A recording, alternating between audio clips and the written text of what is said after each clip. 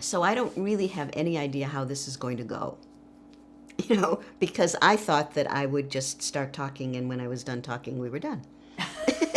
So this is, I had it That's kind a of good way to start. I Yeah. thought I did it in phases, Yeah. leaving Germany, and then, coming to San Francisco. Some interviews, Hannah, are like that. Mm-hmm. People have a story and have a way they want to say it and go. And sometimes people will say something and then they wait for me to, do you have a question, whether that's just by face or body language or whatever. And sometimes I'll say, I have a question to ask, just elucidating on a detail, like, did you know the name of the ship your parents came up? Right. Like a detail within a detail, Right. the micro and the macro. Mm-hmm. Yeah, so that's fine, yeah. So you can start with that.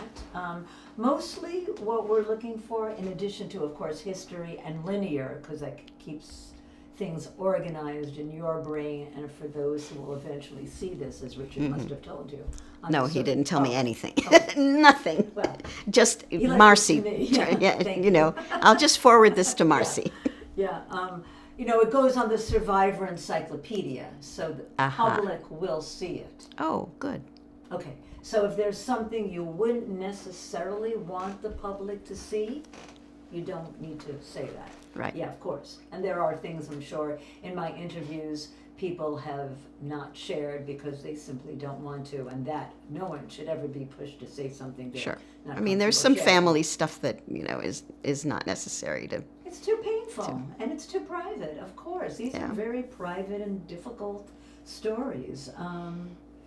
What we're really looking for, in addition to history and linear, to be able to follow this, is feelings, reactions, food, smells, community. So if you say we didn't have a lot of food, for example, well, what kind of food did you have, and do you know where your parents were able to get it, and how much? So I might ask questions like that. If you move on, it's like, well, may I? Yeah, let me ask you. Yeah, so stuff like that. Okay. Yeah. Memories, smells, your friends, joys, fears. Like what you just said is every time a plane goes over you, you go back to Right. the bombings, and they were Allied bombings. They were, Right. our people, And of course, it's a war. but only one actually missed the mark and fell on a line of people in the ghetto waiting for food. Yeah, that's in the history. So Yeah. yes, please say that as well. Right. And it sounds like you have all that organized. So just let us know. Oh, yeah, you guys are fine, I'm saying. Okay, so we should start. Yeah, I'm already, Okay. You're already. Oh, you're already you're with already- us doing the schmooze. yeah, I wanted That's a couple great. minutes ago. Yeah, no, that's great. Okay. Yeah, so you can hear how we're sounding. So, hon, it's great to meet you, and thank you so much for doing this interview. Why don't we start with giving your full name, your date of birth, where you were born, your family members, and then you can start telling your story, and I'll ask questions along the way. Okay.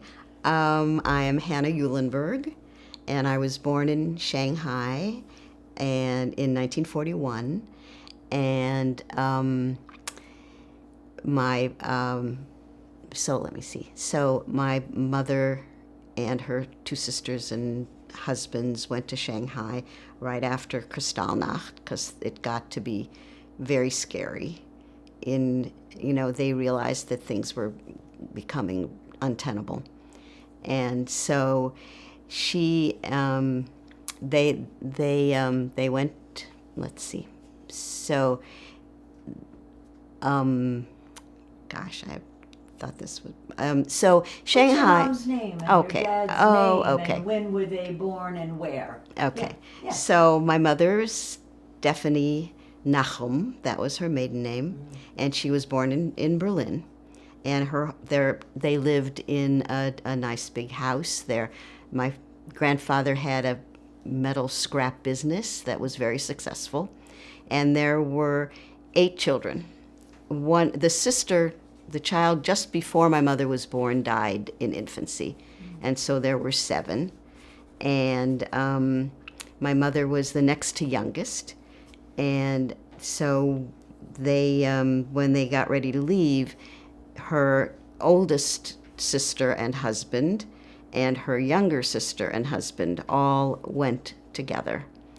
And they got on the train to the ships that were going were leaving from Italy. They were Italian ships, and they took the train, and it went through Switzerland. And there was a lot of anxiety getting to the border from Germany to Switzerland, because people were very much afraid that the Germans might not let them leave. And so there was a great deal of anxiety there. What's the date approximately of that all? The date was... As you were going on this Italian ship through Switzerland to get to Shanghai. They left in May of 1939. And at that point, the Germans were still encouraging Jews to leave. And then, not too long after that, they were no longer allowing them to leave. And they had placed restrictions on what you could take with you, a certain amount of luggage and a certain amount of money. And there was somebody who had written some memories of the same sort of trip, and they said that this was a child, and the child was sort of amazed to see people throwing money out of the train window as the train was approaching the border with Switzerland, because they were very afraid that if they had taken more money than they were allowed, that they might be sent back to Germany.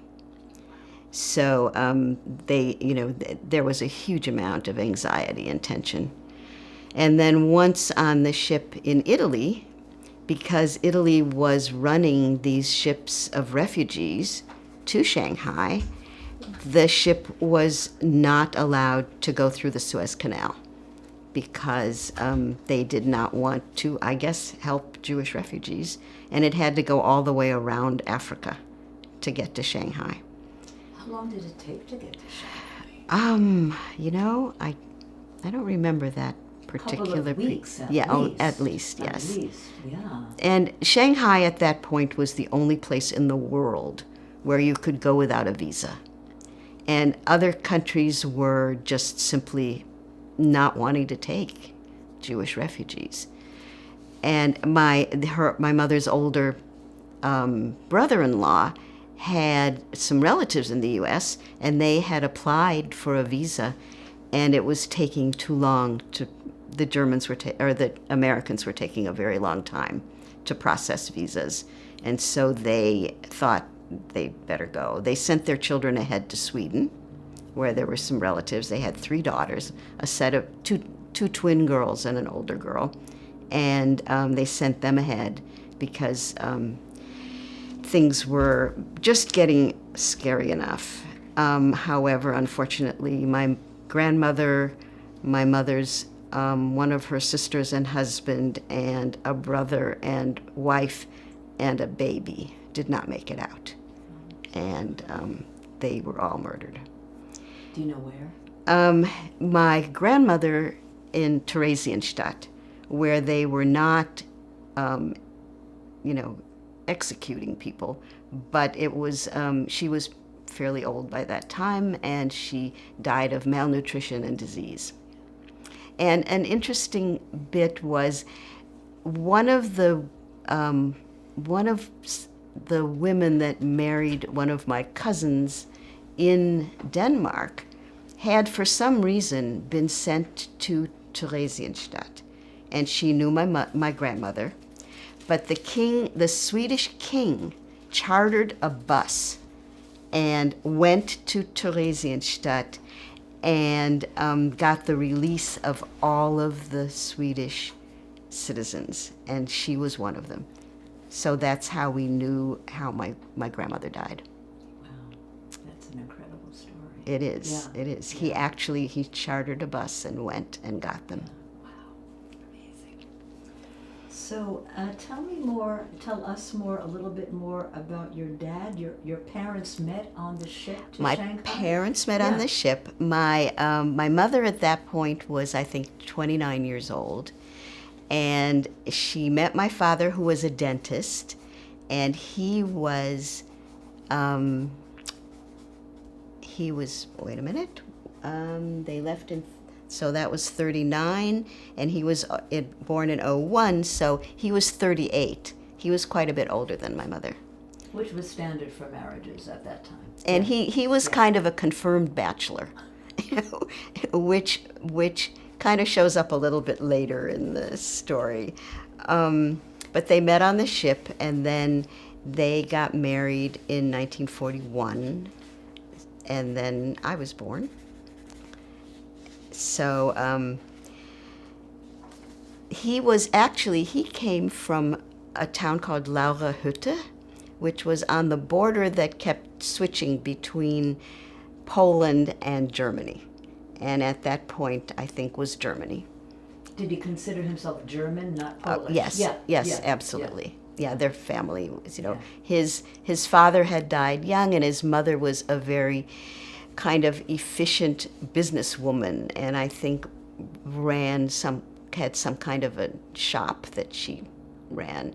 And he had two sisters and a brother, and a second brother who committed suicide at a very young age, because the story was that he had accidentally shot a friend of his playing with guns, and he was so devastated that he committed suicide. Goodness, what a tragedy. So then young unmarried women could get visas from families in various countries who would sponsor them as housekeepers. It was a housekeeping visa. And so one of my father's sisters went to Australia on a housekeeping visa.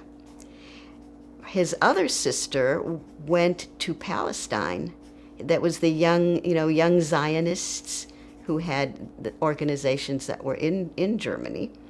And they... Young pioneers. Young right? pioneers, exactly. Yeah, It was young pioneers. Young pioneers. And she went on a ship to Palestine, and the British would not let them dock. And young men waded out to the ship and took, like, the girls in on their shoulders. And this is who she married. and they lived, and we visited them a couple of times in Israel. But he waded out there and put her on his shoulders and, walked her into the shore. It's quite a courtship. Yes, exactly. Wow. So your confirmed bachelor father married your mom, Yes. and you were born on March 27th, 1941. Happy, right? Yes, Yeah. yes, Happy yes. birthday. Thank you. What are your earliest memories of the Shanghai ghetto, or anything else you want to add first, of course? Well, Yeah. what happened was my father he was a dentist, and he was living in a small apartment. I think it was just a room curtained off, and he was trying to have, a bit of a dental practice in Shanghai. And fairly soon after they were married, it just did not work out. And my mother and he did not want us around. I think it was too difficult to both have a dental practice and a wife and a baby. And he was this confirmed bachelor, and I think so. One of my cousins in America wrote up her memories, and she said he kicked us out. He kicked my mother and me out, and we ended up in the refugee camp. So this refugee camp was where people temporarily stayed when you went to Shanghai? Please explain more about that. No. Yeah. When the refugees started arriving, the local Jewish community in Shanghai was a lot of fairly wealthy people who were like traders from India. And it was the Kadoris and the Sassoons and some other families like that. And at first, they really tried hard to make accommodations. They tried to hire people, they tried to help them settle, but the flood of refugees became too great. And so the refugee camps were set up to take in people who simply had no way to support themselves in Shanghai. You know, like my mother's doctor brother-in-law. I mean, they lived in a terribly small little place, but they did not live in the camp. Did you live in a tent? Did you live in a room? It What's was- the memory of the refugee camp? Yeah. They were large rooms. They took over things that had been schools and companies, and we lived in a large room with about 10 other families, and it was bunk beds side by side, and people hung army blankets around their own space in order to have a little bit of privacy. There were no kitchen facilities, and so there was a soup kitchen, and people went every day to get their ration. And before the war, the meals, you know, there was a breakfast, lunch, and dinner. Not lavish, but there was food. Do you remember feeling hungry in these early years there? I knew that my mother was hungry. And there was a story that during the war, it was mainly sort of a stew and bread. That's what the soup kitchen was feeding people. Right. That's all all the money they had. And so my mother would go get it. And that I said, I mean, I was very young. And I said... You're 2, 3, 4 in that range? Yeah. Very young. Yeah. Okay. So, I mean, that I said Fleisch which meant I wanted meat in, there was very little meat. It was mainly a kind of a soup. So you're speaking German with your mom, of course. Yes, of course. yes. Yeah, Everybody yeah. spoke German. Of course, yeah. So they had bread, we had bread, and it often had worms, and people had to eat it, because that was it. That was all the food they had.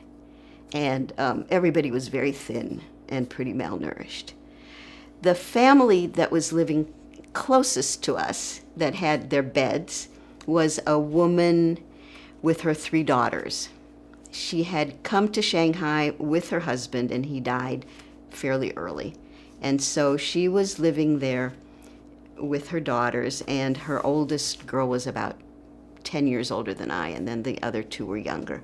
And the reason this is significant in my family was because her brother would come and visit. And this is the man who became my stepfather. Mm-hmm. And so the men had different, places than the women. I mean, they kept the men, families were in one place, and there were some single women, and then the single men were definitely in different quarters. What's your future stepfather's name? His name was Julius Fleischer. And he evidently thought I was wonderful. So the word was that he married my mother and me. Wow, that's so romantic. Yes. Yeah. And that was after the war, and after the ghetto was. It sounds like he was almost the opposite of your dad, who was more Yes. your biological Right. dad, who was more of the confirmed bachelor. And Exactly. couldn't cope with a family. But this gentleman wanted a family. Yes, and he had been a traveling salesman in Germany, and he told jokes. He was very personable. Yeah, salesmen have to be very charming. Yes, exactly. Yeah. Wow. Although a kind of an interesting little side note, when still in Germany, he was on a train, and another man on the train said that my father had tried to pick him up, and my father was arrested, or my stepdad was arrested, and like a gay scenario. Yeah. Mm-hmm. And so my dad never applied for citizenship in America, because he had not said that he had been arrested on his forms. And he was so worried, because being gay was not in the early years in the 1950s was Even now there's a battle. right, human and rights for so people. Yeah. he never became a citizen. So he was a resident of the United States for all those years. Yeah. Not a citizen. Right. My mother got her citizenship after 5 years. After my dad and my mother got married, they had a baby. That was my sister, and And your sister's name? her sister's name is Ruth Fleischer. Do you mind if I pause for a moment? I'm going to change a setting. Sure. I have to stop the record. Well, that was the bathroom, not in the camp. Ah, That was the bathroom after. okay. If So the showers were. I do want to eventually, when it fits the story, talk Right. about always being cold, and 'cause Right, that's right. such a Well, human and- detail. The other thing is really. Well, he's not You go taking ahead. it. No, Oh, I'm- okay. Yeah, we You can can start keep again. going. Thank you, Michael. Oh, Go okay. ahead. So Yeah, great. a little bit more about the refugee camp. Yes. The conditions were really horrible. There were, besides it being hot and humid in the summer and cold in the winter, there were typhoons which flooded the streets, and that was unsanitary and crowded, and diseases were really rampant. There was malaria because it was a subtropical environment. There was scarlet fever, amoebic dysentery, typhoid fever, even tuberculosis, and quite a bit of malnutrition. So people did die from all of these things. Yeah, you said your mom was always hungry, right? Yeah. Was she giving some of her rations to you? Well, she was getting whatever was for both of us. Yeah. And You had to share them, yeah, of course. yeah. And moms typically would give the extra to their children if there Right. was, quote, extra, whatever that Yeah. means in that context. But I mean, things before the war, because there was a lot of money flowing in from especially Jewish organizations in the U.S. But once the war started, those payments dried up, and the reason was that organizations here were afraid that sending money to Shanghai, which was occupied by the Japanese, would appear to be sending money to the enemy. So this was after After Pearl Harbor. So this would have been the end of 1941. Right. Ah, And so okay. that's when things got much more difficult. Was that highest sending money and the joint or It other was Jewish yeah, it organizations? was the joint Yeah, particularly. particularly the joint at Yeah. that point. Right. So that's when the money dried up, the Um, end of 41 then. Right. around And that I mean time. there was still some of the organizations here sent money to Switzerland which could still send some money in. Right, because Switzerland Was allegedly remained neutral. Right. allegedly, Right. yeah.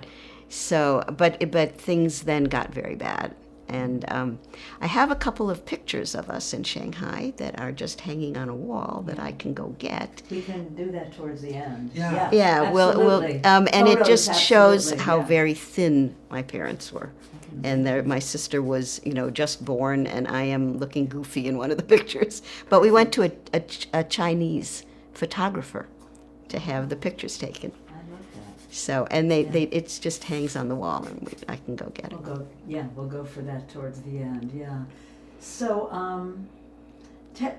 so tell us more. How long were you in the refugee camp? Any other memories of that time? Well, I mean, my father, my natural father would Biological father. would Yeah. come and pick me up sometimes. And his name was? His name was Gerhard Gerhard.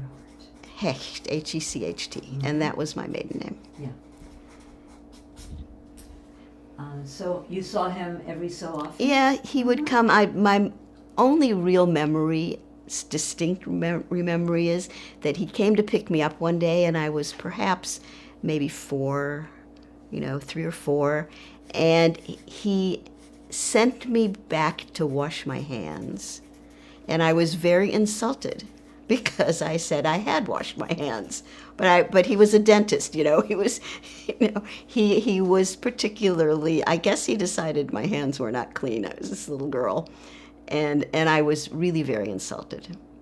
He was probably more concerned about cleanliness because he worked Exactly. in the medical field, Exactly. the dental field. Yeah. Interesting. So, but that is the only clear memory I have because I was just so insulted that he could have done that because How could you you know, possibly think I'm dirty? well, Right? washed my hands, you know, but when I don't know. But anyway, that's my only really, really good, you know, real memory. But Did when you have a bond with him at all, or that was more Well, for Julius, your stepfather? well, yeah, it was, you know, I mean, I was so young, I was an infant when we left his apartment.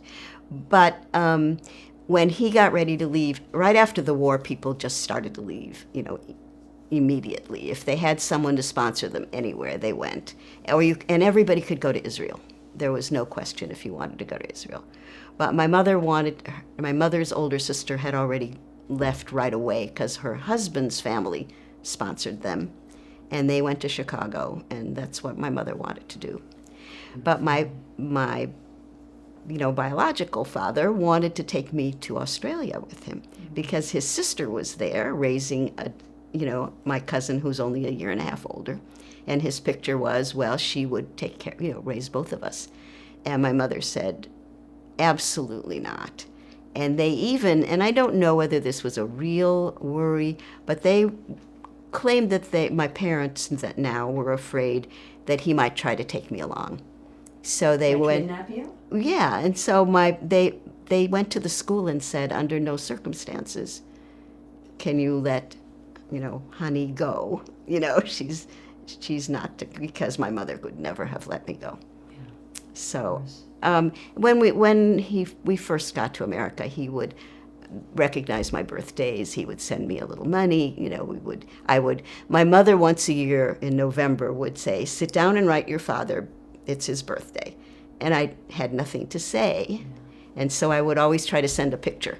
Here's a picture of me that we, you know. So you know what I look like. Well, and also because I had something to say. It was very hard.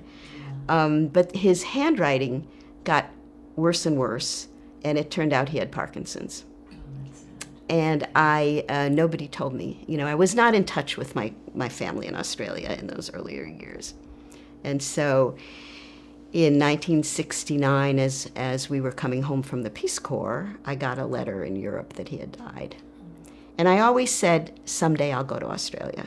And someday, you know, we went to Europe, we went to the Peace Corps, and the someday didn't come. Yeah. So. Yeah. So the relationship ended early on in Yeah. your life. You were in your early 20s at that point? Mid-20s. Mid-20s. Yeah.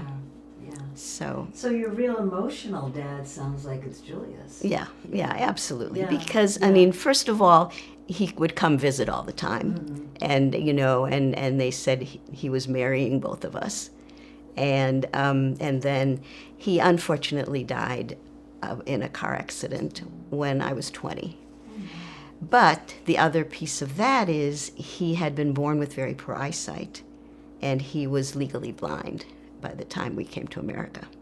So it was difficult for him to find a job, but eventually he did. The visas for the refugees to come to America, the United States eventually agreed to group visas. Family visas? No, group, a whole, you know, like the whole ship's worth. But the Jewish community had to guarantee that they would support these refugees. They were not going to allow us, God forbid, you know, to be a burden on the taxpayers. So we came on a group visa. But so Jewish Family Service supported us for many years because it was hard for my father to you know, to get a job. But This was still Chicago. this was Chicago. Yeah. Wow. So Jewish Family Service had a social worker, and it was Miss Williams, and she would ask my mother, how do you feel about this or that? And my mother said, how do I feel about? You know, I mean, I do what I need to do. She didn't understand this whole idea of talking to someone about how they feel about. Someone who hasn't gone through this may not truly grasp. This is all about survival. Mm-hmm. Basic survival. Yes. So asking about feelings, Yeah. especially in that era, Right. seems like Yeah, she had What no are you asking clue. me? Of Right. course. She Yeah, absolutely had no clue. Yeah, yeah. But I always was amused because my mother would go, "How do I feel about you?" Just putting one foot Yeah, in front of yeah. another every single day. Yeah, Exactly. of course, that's survival. Yeah. So yeah, tell us more about the refugee camp and when things did start to shift to what became known as the Shanghai ghetto. Yeah. Yeah. Okay, but We're returning to China. right. Yeah. Okay. Back from wonderful Chicago. Yes. Yeah. Well, there's still some way to go Oh, before yeah, we get to of course. Chicago. Yeah. Well, we'll get back to Chicago. Yes. Yeah, yeah. So, everybody spoke German, and I was too young to realize that how horrible the living conditions were. It's simply that was my life. It was the norm for you. Absolutely. Yeah.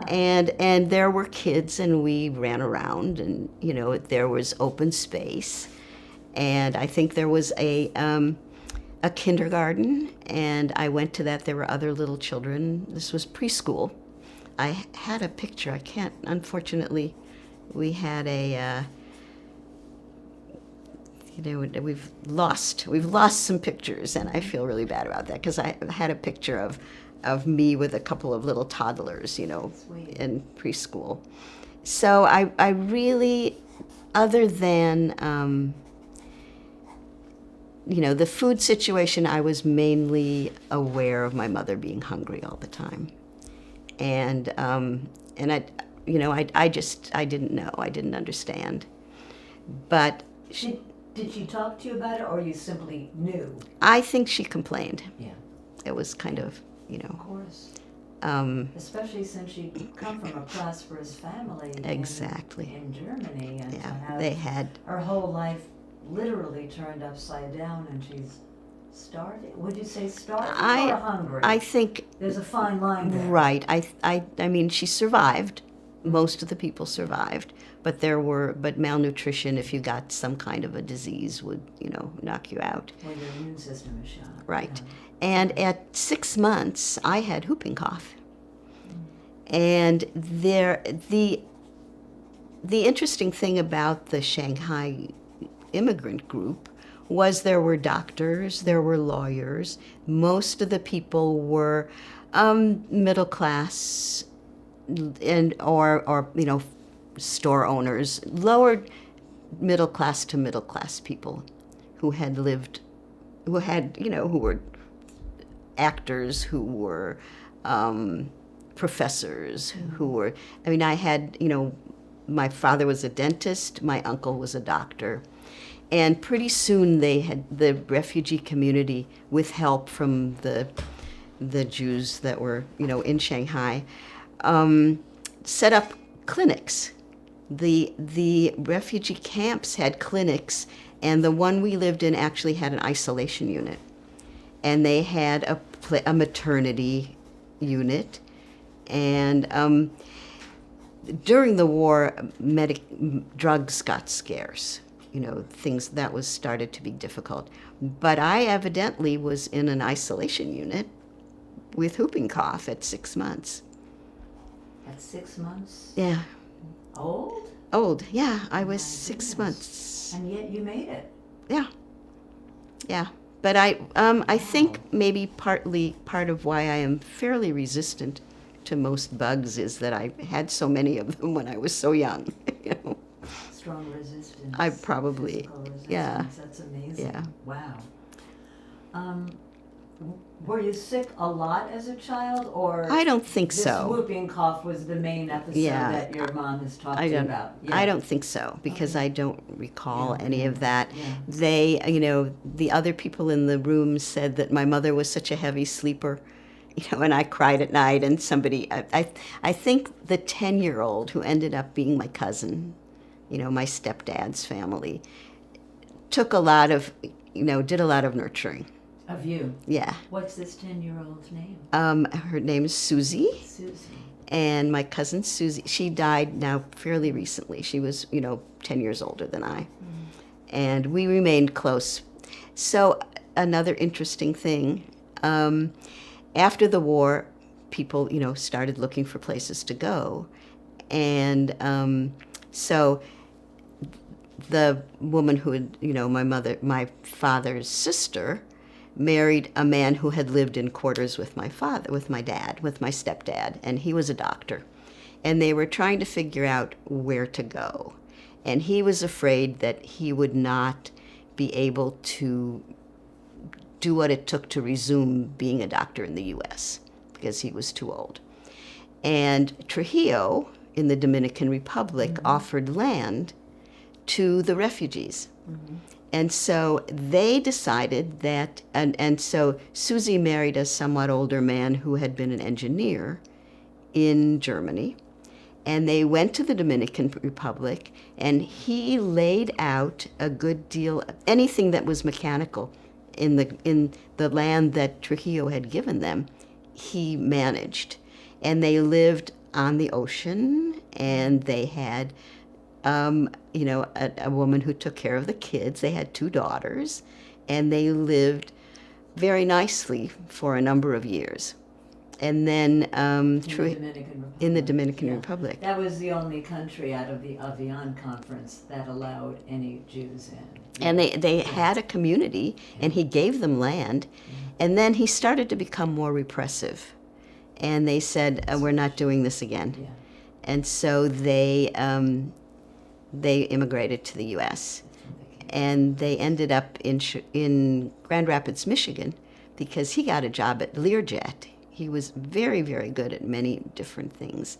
And what was interesting about that is he couldn't get security clearance from the U.S. because Learjet made some, military equipment until it had been 10 years after he left Shanghai. Now, That 10-year mark was because then because you couldn't get security clearance because they were a communist country. So they had to have been gone for 10 years. None of that made any sense. It's all Cold War politics. Yes. So, but they, they ended up living in Grand Rapids, and we visited back and forth quite a bit. So Susie was like a mom to you when you were. Yeah. And we had, and we had a very close friendship. The younger sisters I was not as close with. They lived in New York. And I somehow had, they were both too young and too old for me to play with. Susie was the perfect age to have this bond. Right. And I, was very close to her and my uncle. You mentioned the preschool. What was the name of the school and what kind of school? I don't know exactly who managed the preschool. The regular school was the Shanghai Jewish Youth Organization. The land had been bought by one of the Kadoris, one of the big families, Sephardic families, and at first they were charging a certain amount for tuition, and eventually that went away because too many families had no money. But I think the kindergarten was part of the school. And everybody spoke German, and they were at that point teaching English. And I learned a little, but I was in 2nd grade when we left, and so I didn't know much English. So the learning of English was an interesting chapter as well. So the school was in German, because everyone spoke German. The refugees were mostly from both Berlin and Vienna. Mostly, right. Yeah. And you learned some English. Yeah, they were, they actually, the curriculum was the British, can't remember, something curriculum, and the students, as they, were ready to graduate, were able to take that exam and pass a cousin of mine passed the exam that would have allowed her to go to England and continued her education. I can't remember the name of the exam that they got that they took in England. So you're stateless at this point because Germany had thrown the Jews out. Right, we were stateless refugees. Same with the Austrian Jewish population, and yet the English proficiency would have allowed some people to go into England. Well, this was there was it's the Cambridge, was it the Cambridge? Maybe the Cambridge exam. I can't remember the name of it, but they were teaching toward that so that students, so they could then go on to England.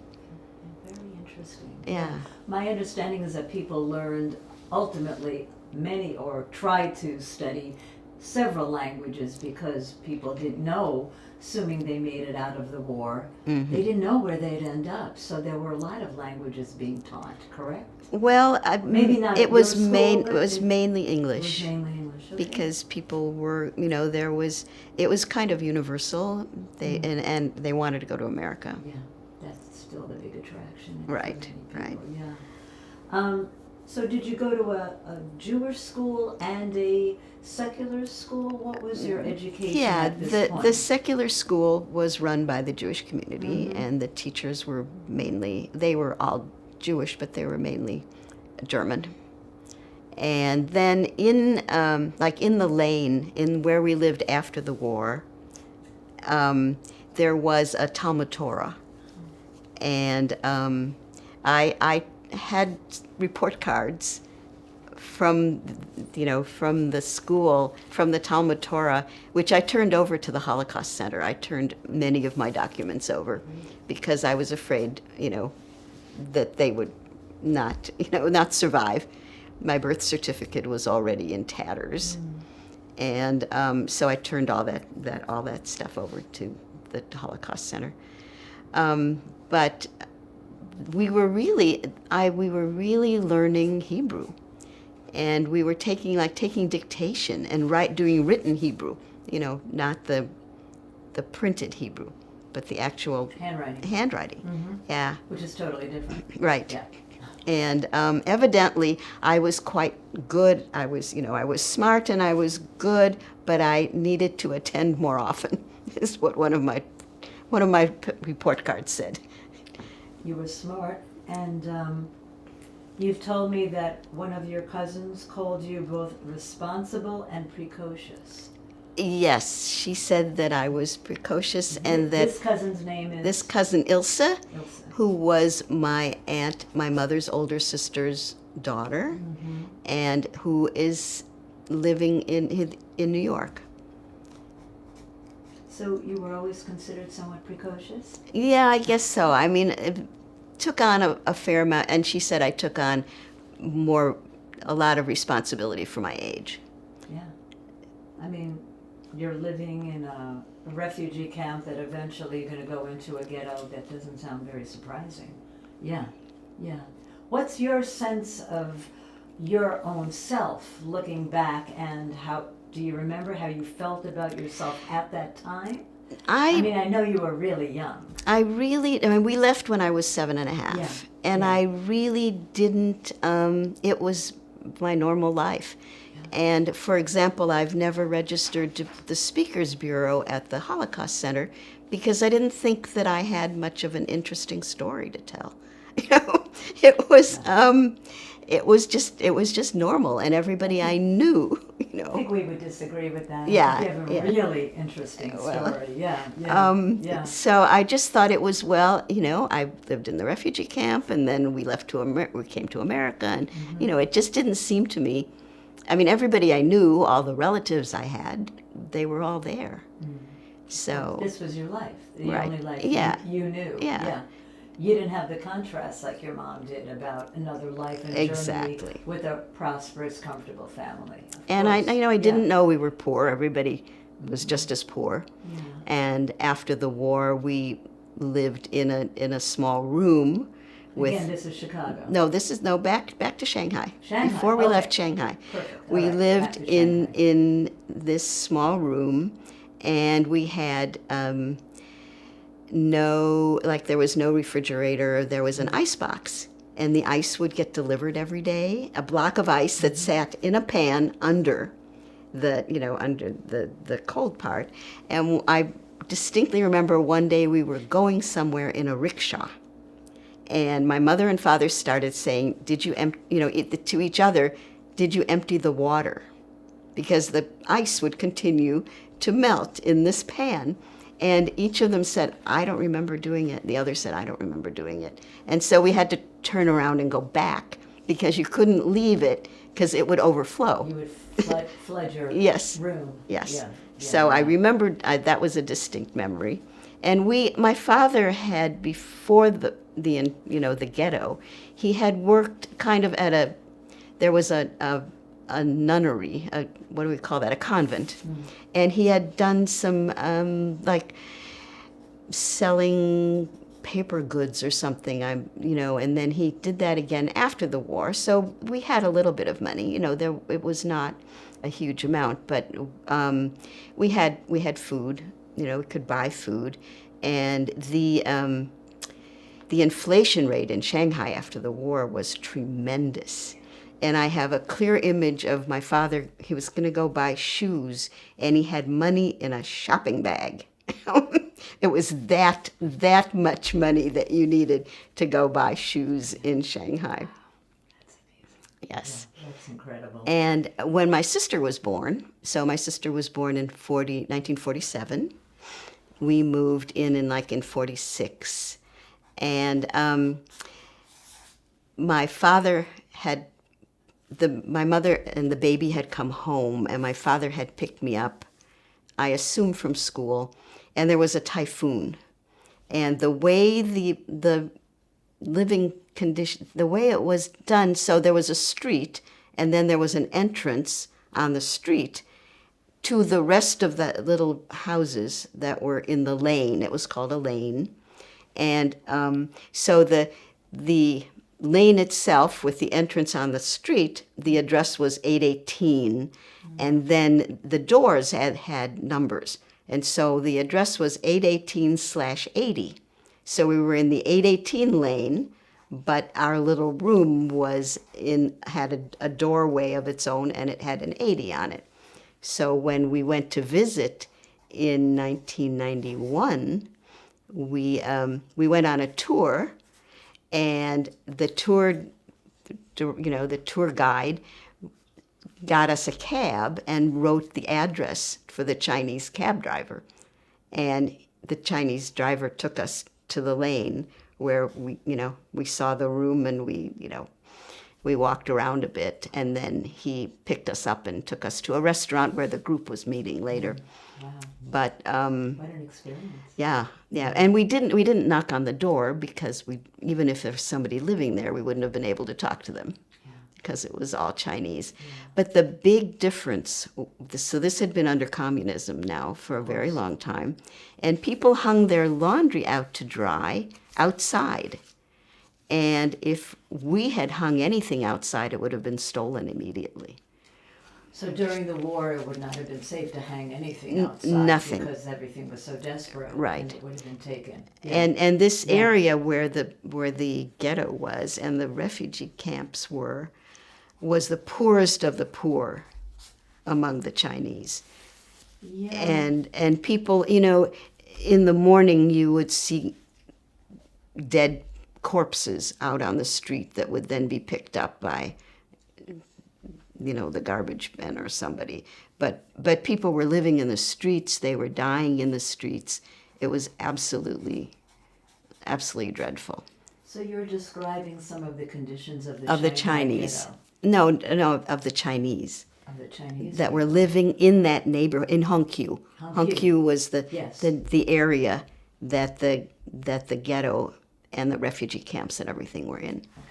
And when the ghetto was declared, refugees who had had some way to make some money were not living in Hongqiu. The people who had the refugee camps were in Hongqiu, but that was for the people who had no way of supporting themselves. But for example, my uncle, my mother's older sister's uncle, he was a doctor, and he tried, he did a little bit of medicine, and people paid him with 2 eggs, a cup of sugar, that kind of thing. But they managed to, have a little stove, a little kerosene stove outside, and they never lived in the camps at all. So that's how they were able to avoid that. Right. I understand. Right. Let's talk a little bit about the Shanghai ghetto, if you're ready to move into that part of your experiences. when that was set up and the conditions when the move to that forest area occurred? Yeah. So the ghetto was declared in February of 1943. And, the Japanese had been under a lot of pressure from the Germans to do something with these 20,000 people who were going to survive. There was a lot of pressure from Germany. And the Japanese they didn't know about Jews. And they didn't have any feelings about Jews. They were terribly cruel to the Chinese. And they had occupied a large area of Shanghai before the war. And then once the war started, they basically occupied all of Shanghai. And the foreign people who were not refugees that had been in Shanghai before, I think, 1936, the Japanese made, camps and forced them all into camps, and those were, I guess, quite rough.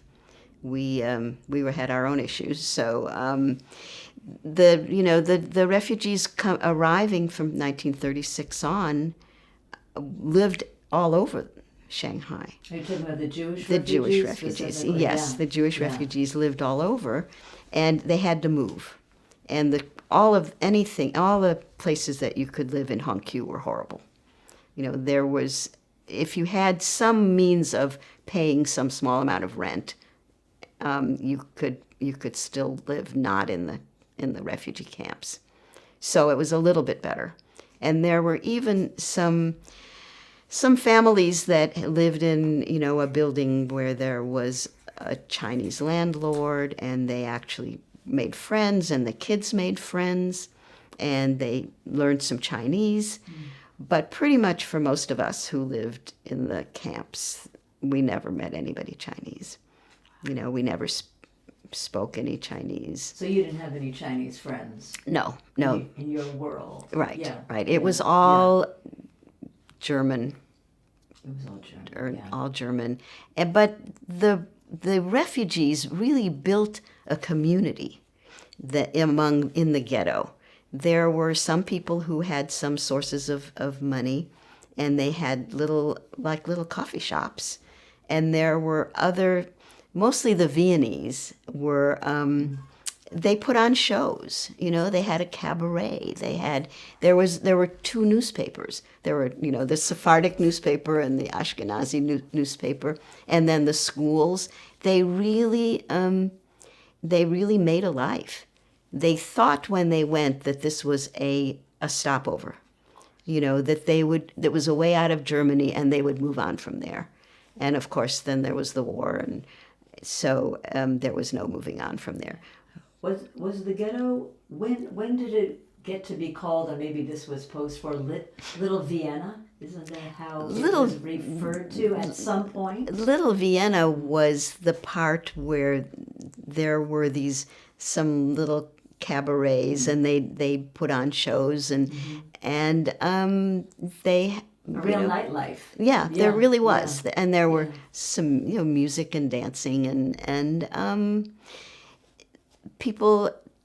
Mainly, I think people in the camps would not have had any money to afford to hang out much there, but there were people who had some sources of money, and I think you could still get money sent to you as well. And so there were some people who definitely did better. Where would money have been sent from?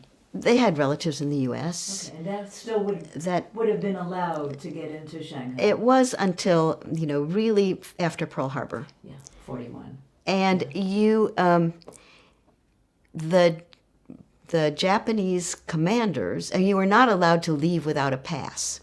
So the Shanghai The ghetto was closed in. It was. The ghetto was very Absolutely, closed in. it was. Yeah. And if you, so there were a certain number of hours you could be gone. You could never be gone overnight.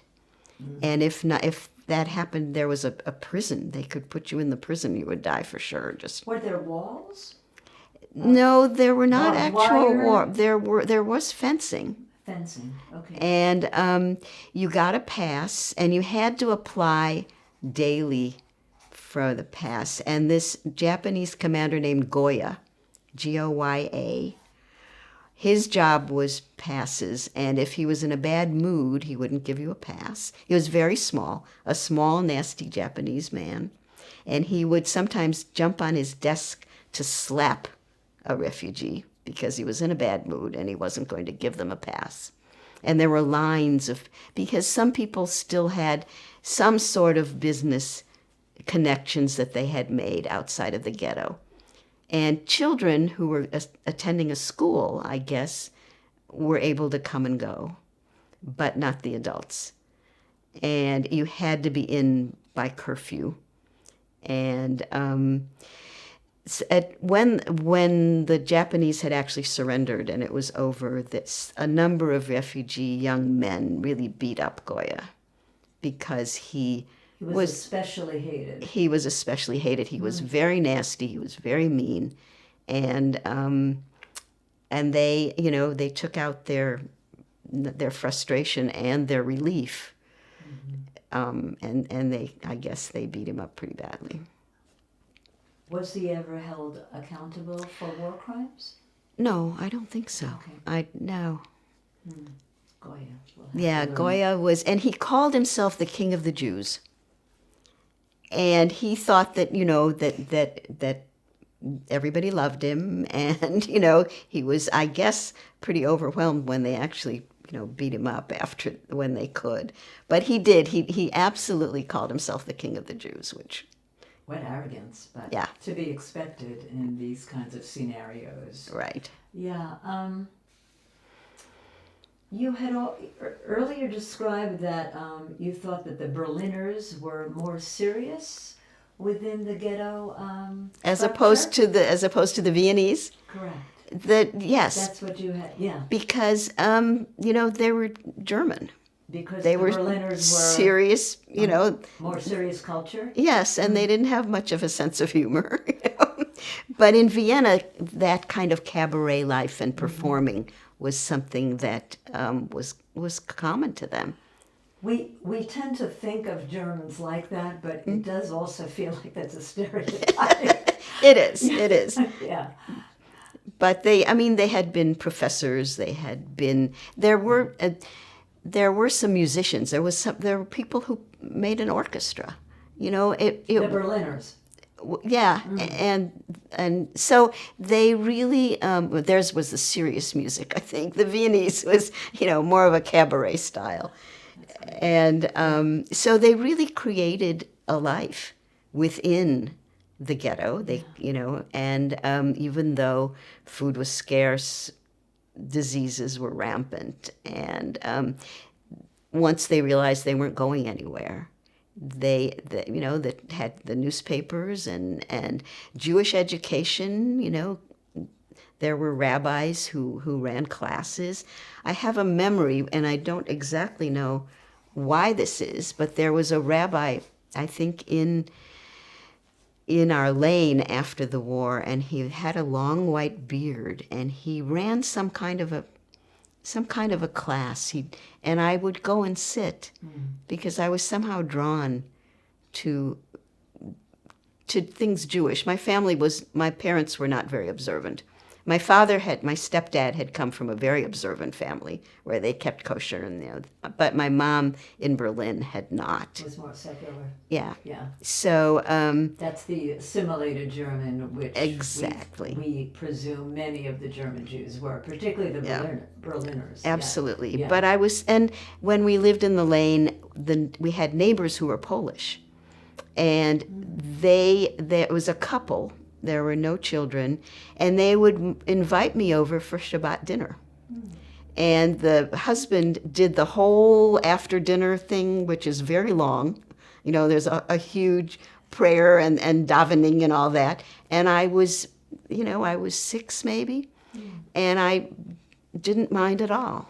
What was your attraction to it? You didn't get this from your parents, right? But somehow this Polish-Jewish couple and this rabbi were like another family? The rabbi, I think not.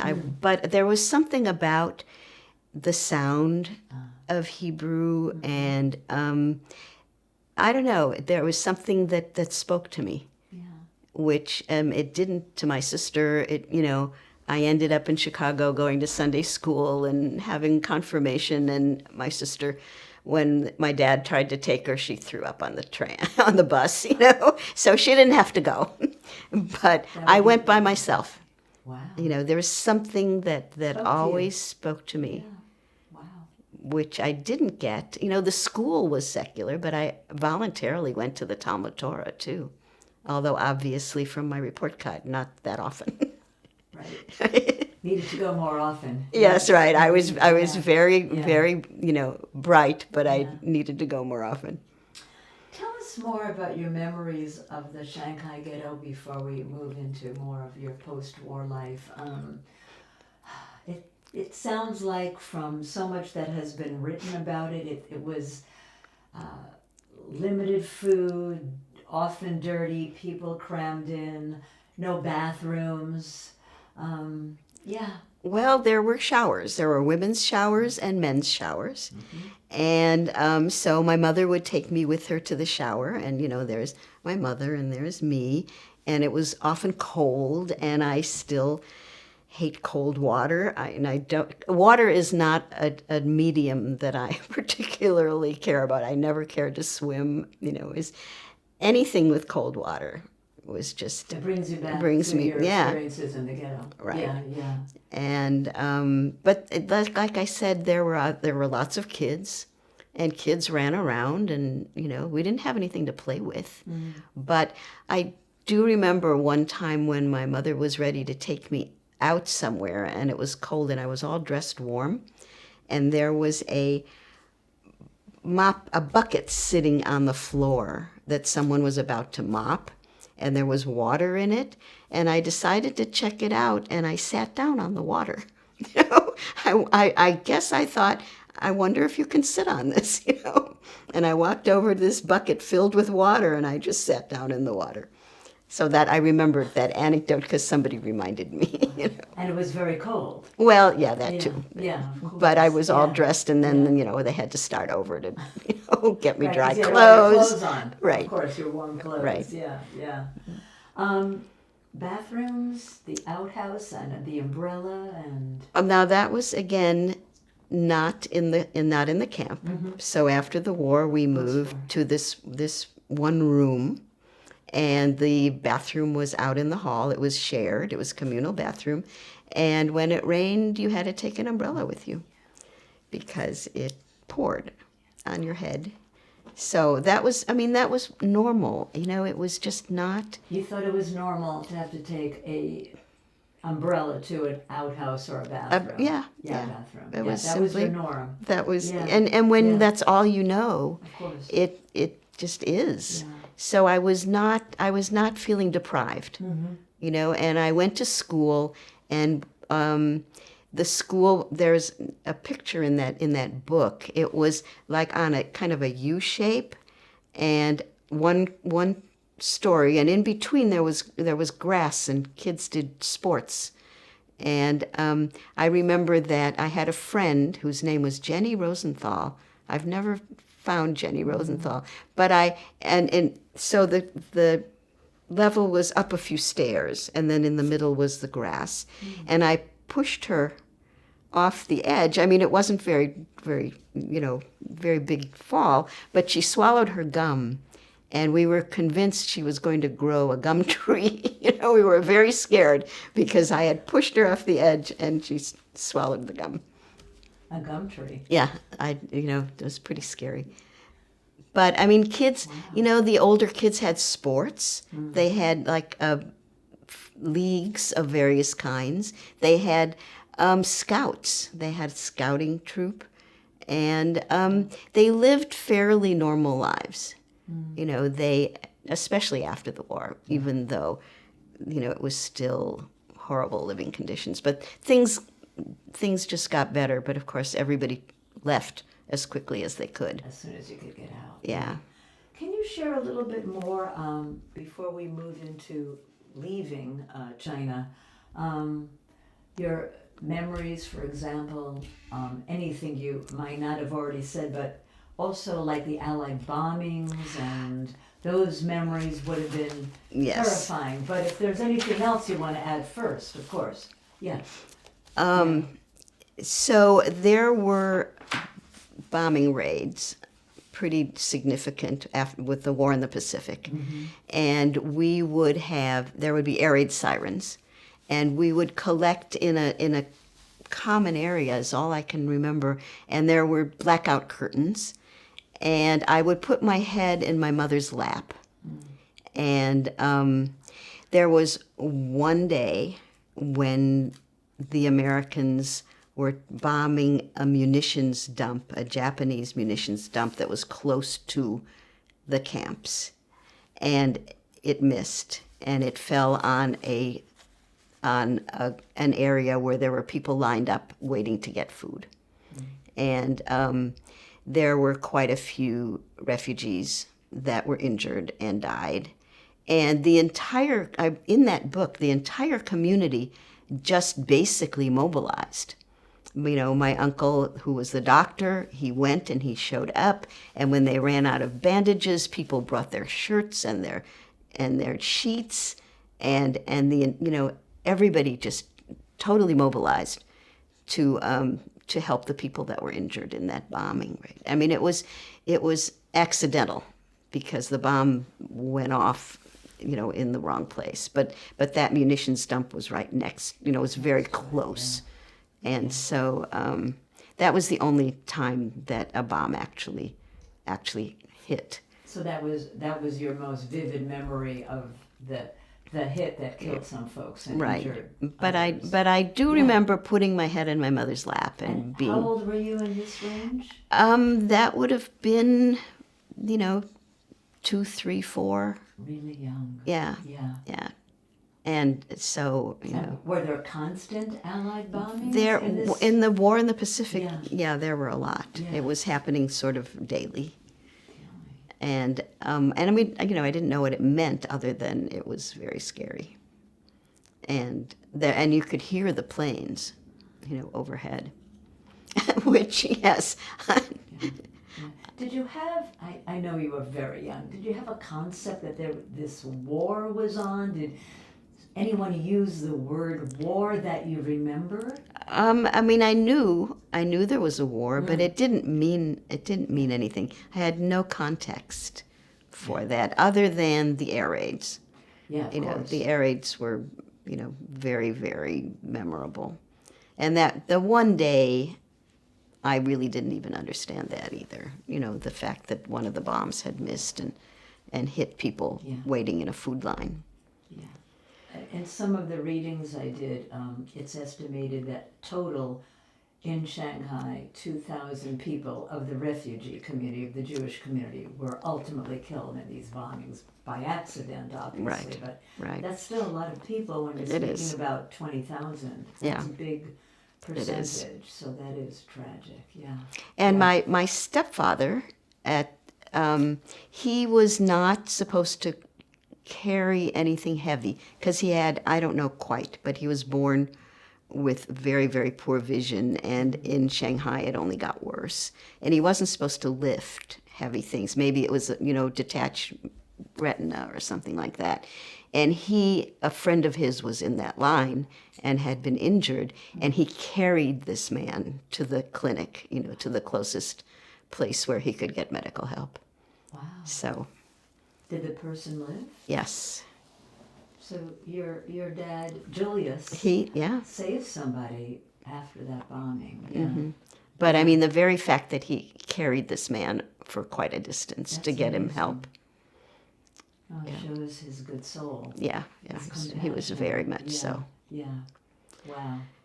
But, the fact that there was a war, this, again, I was too young to really understand. This was my life. This is how the world works. Did you understand the concept of countries like Germany, China, Americans, Nazi Germany? Not really. You were far too young. Yeah, and I mean, I knew Nazis were, bad. Scary, yeah. And people talked. Yeah. And Yeah, as conversations, yeah. right, but basically, I really didn't. I just didn't understand, and I think I had a fairly sunny disposition. I was not given to moroseness very much, and I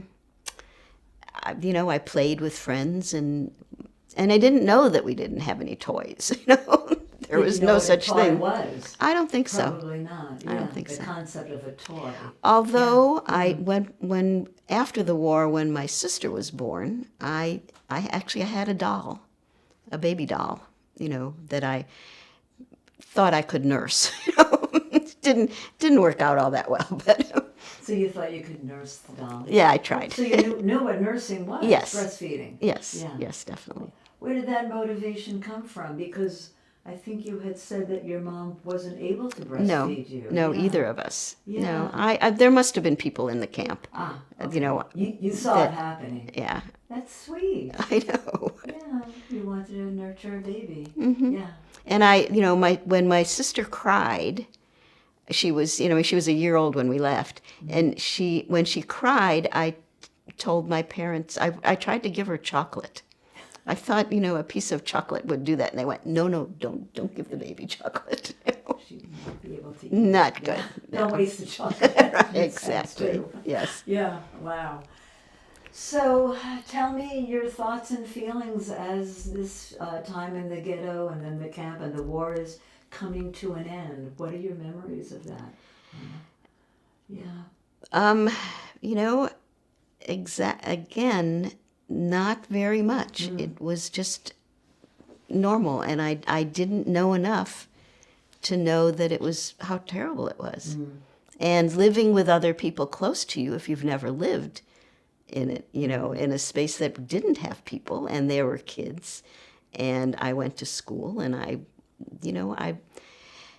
I just really didn't understand. Although my mother was always very unhappy, and I knew that. But other than that, there were people around me who were not. So I think I ended up, my sister ended up having a much harder time because my mother was, even when we came to America, she was not well. But I had all these adults, and I was this baby and little girl that lived among all these people, including my cousin Susie. And I think I felt, protected and nurtured. You felt loved, even with your mom struggling so much. Yeah. You felt loved, and Ruth did not. Exactly. Yeah, because she was so much Exactly. younger. Yeah. Yeah. I mean, when we came to America, my mother was pretty much a nervous wreck. She pretty much fell apart because she had a hard time in Shanghai, and then we went to America.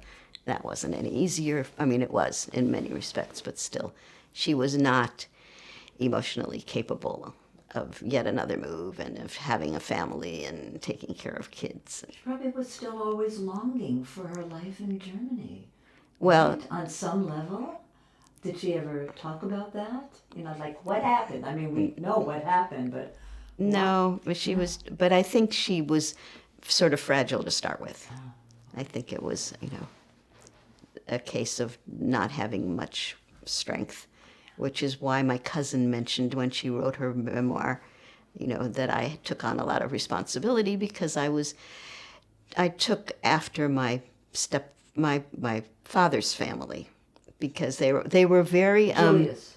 No, I took after my biological family. Gerhardt's family. Gerhardt's Okay. family, because I met both of his sisters, and we were all short, kind of solid people, with no nonsense shoes, that kind of thing, and kind of sturdy, whereas I think my mother was not.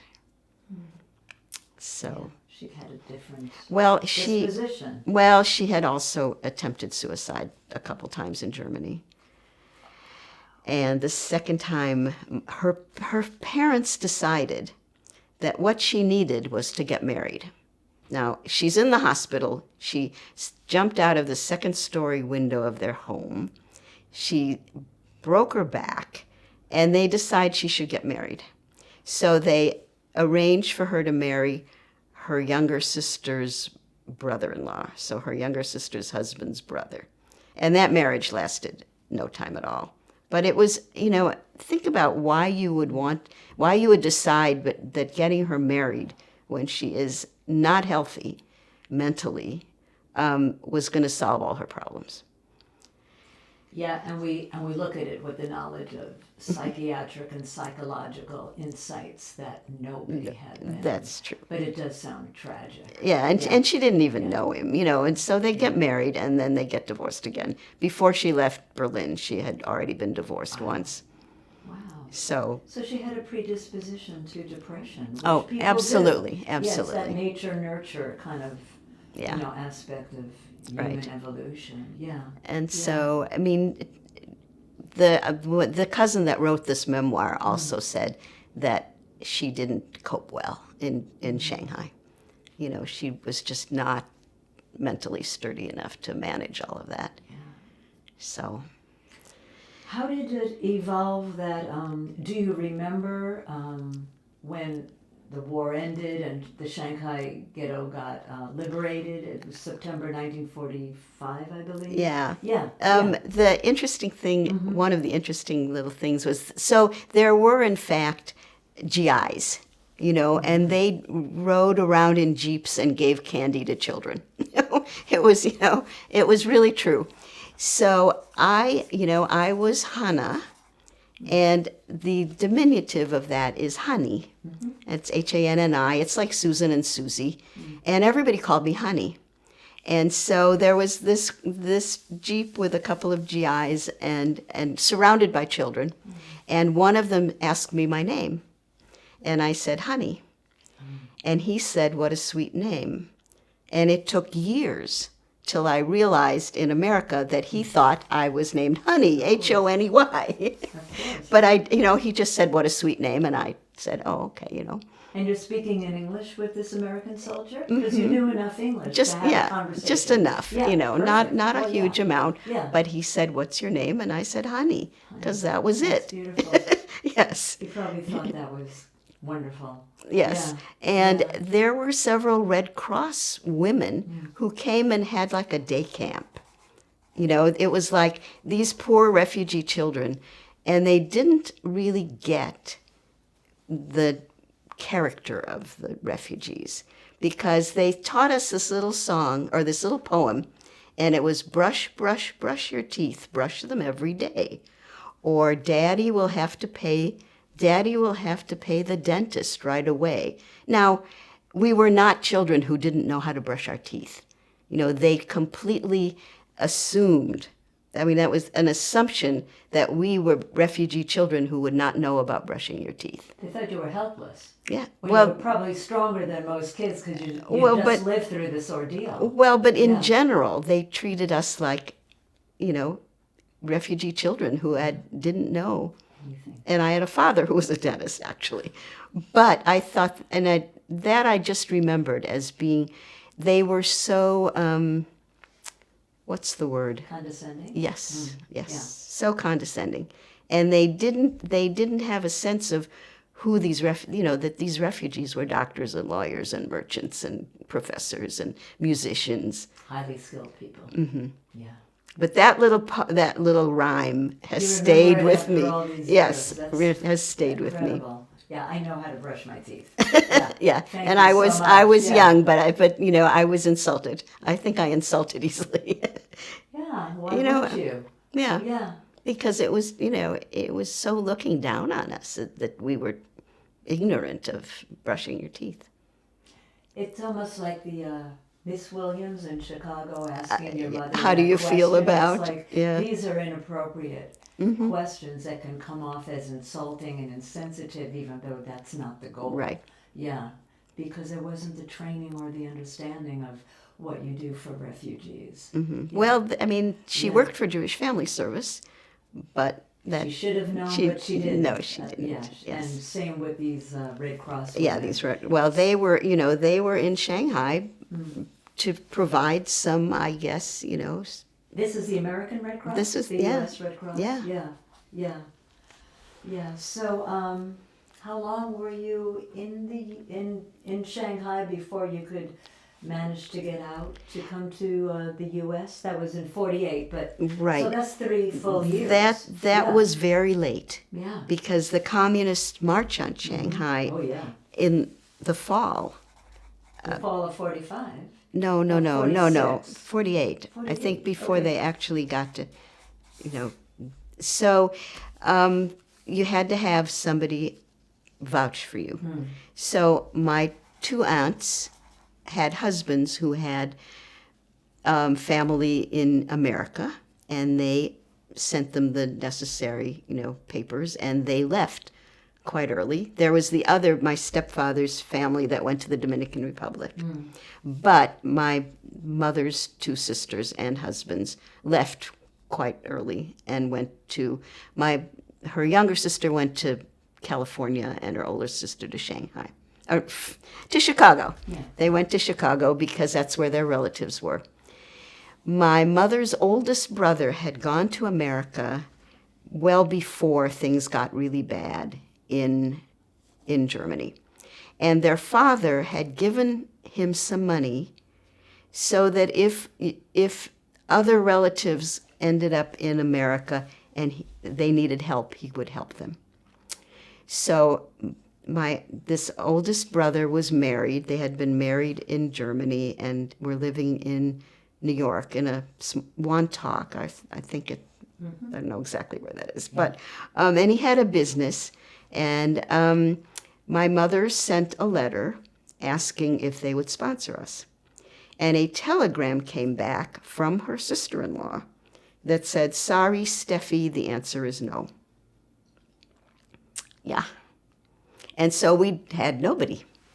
And so by 1948, it was Hayes that was bringing refugees to America, and it was Jewish Family Service that was going to take care of us until my father could. So, and they were very diligent about that. They absolutely, did it. But on the SS General Gordon, which was a troop transport that I guess Hayes had commissioned after the war, and I turned out that my cousins that went to Dominican Republic also went on the SS General Gordon. Wow. So Hayes was sending refugees out of Shanghai. And my sister was only a year old, so my mother and my sister got to go first class. My father and I went steerage, went third class, and I went with the women and he with the men. So I was all alone. You're 7.5 years old and you're all alone? Well, yeah, but it was communal living and everybody spoke German. I did not feel, it was not strangers. I didn't know them, but it was like what I had been used to. You're used to being around a lot of adults. Yes. Yeah. And yeah. They said the only thing I lost was 1 pair of socks.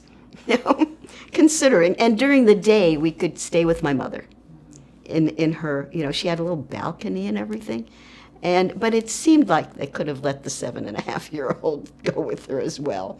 Still pretty young. Yeah. Yeah. But anyway, again, this didn't seem strange to me. And then the ship landed, it docked in Honolulu. And the Jewish community in Honolulu invited, they had like a cookout, on their any of the refugees on the ship could come, and they entertained us during the day and made food. And a family with children living there came up to my parents and said they wanted to take me on a hike, And my mother said, sure, and I said, okay. So we went, I don't know, into mountains. My memory is we picked berries or something, and they took me for this little hike and then brought me back. And In Honolulu, or In- the Honolulu area, yeah, picking berries. right. And so That must have seemed like a delicacy. it was lovely. And we got back on the ship, and the next morning I had hives from head to toe. And my eyes were squinched shut. I looked like I was Chinese. Yeah.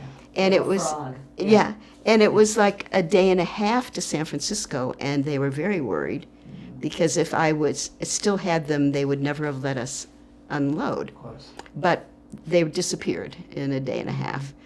But I couldn't even walk. I was swollen from head to toe, and I have no idea what I ate because, of course, The berries. yeah, but what? I don't know what kind. Oh. I have no idea what it was because my parents weren't there, and I broke out in these hives. I've never broken out in hives since. I do not know what it was, but Wow. but then it was gone.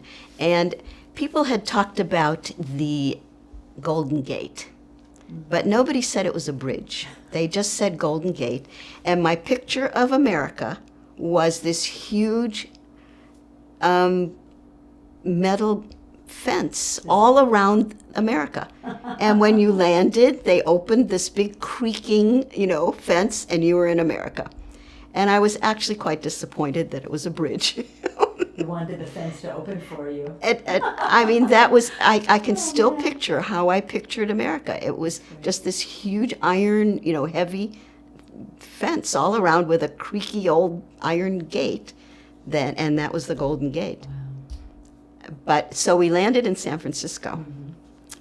and we were waiting for my aunt in Chicago to find us a place to stay, a place to live. And it was after the war, and they had rent control, and places to live, to rent, were very scarce. And you had to pay landlords under the table because they could only charge so much, and of course we had no money. And so it took a while, and we lived in this apartment. It was an apartment hotel. And when we got there and checked in, there were some stairs. And we walked up the stairs, and I said in a very loud little girl voice that these were such soft stairs because I had never walked on carpeting. And so, there was no carpeting anywhere that I lived. And I was amazed at the soft stairs. And I hung out, So sweet. I know. So sweet. I tended to hang out in the laundry room and listen to the women speaking English. And we were there from August to December. And I think I picked up a lot of English just hanging out with the women doing laundry. It's also warm in laundry rooms. Well, and they didn't want me to go to school because we didn't know how long we would be there. Yeah. And so my dad, so we got a little stroller for my sister, and my dad and my sister and I used to go to Golden Gate Park and walk a lot because the fall is a nice time in San Francisco. But we had no idea, but I think I did learn a lot of English just listening to the women in the laundry room. It's like watching TV now. Mhm. That's how people learn other languages. You Yeah. just watch TV, but Right. you had these women talking about Right. life. And Yeah. my mother and I gorged on grapes, green grapes. They were so good. We had never had grapes before. There were no grapes in Shanghai, and they were just amazing. So I know we definitely overdid the grapes. How long? So you were in San Fran From until August to December. This is 1948. 40, Still? Yeah, yes. still 1948. Right. What was the other memories there, and then what's the next stop along this journey? So the soft stairs I and the love that. Golden Gate and the grapes and the Yeah. English. And then we got on a train, and we took the train to Chicago. It went through the mountains. It was amazing.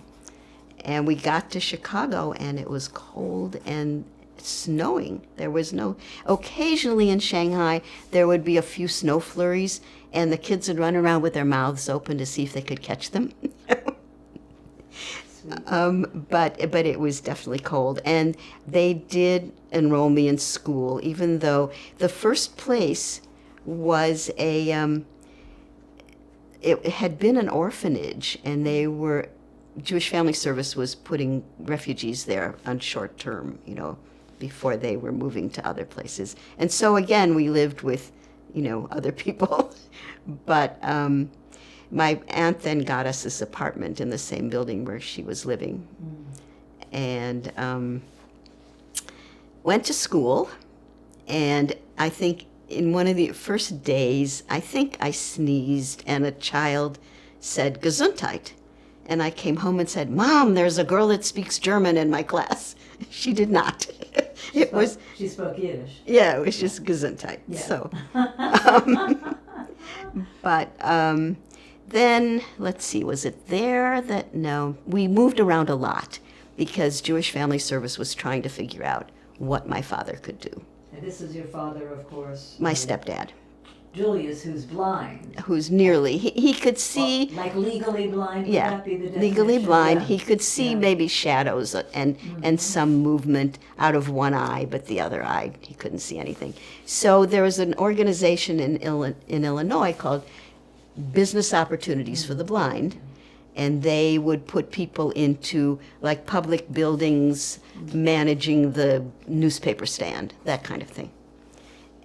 But Jewish Family Service got this brilliant notion that there was a card and gift shop on the in a nice neighborhood, and there were nuns running it, and I'm not sure why, but the nuns were selling it because it wasn't doing well, and there was living quarters behind the store, and the nuns decided to buy that store for my dad, and we lived behind the store, and it did really well, at gift, at Christmas, because there were some toys and some gifts, like stationery kinds of things, and the greeting cards did well, a couple times a year, but overall it wasn't doing well. And it made not much sense to buy a failing shop for my father to run. And we lived behind the store. And I kind of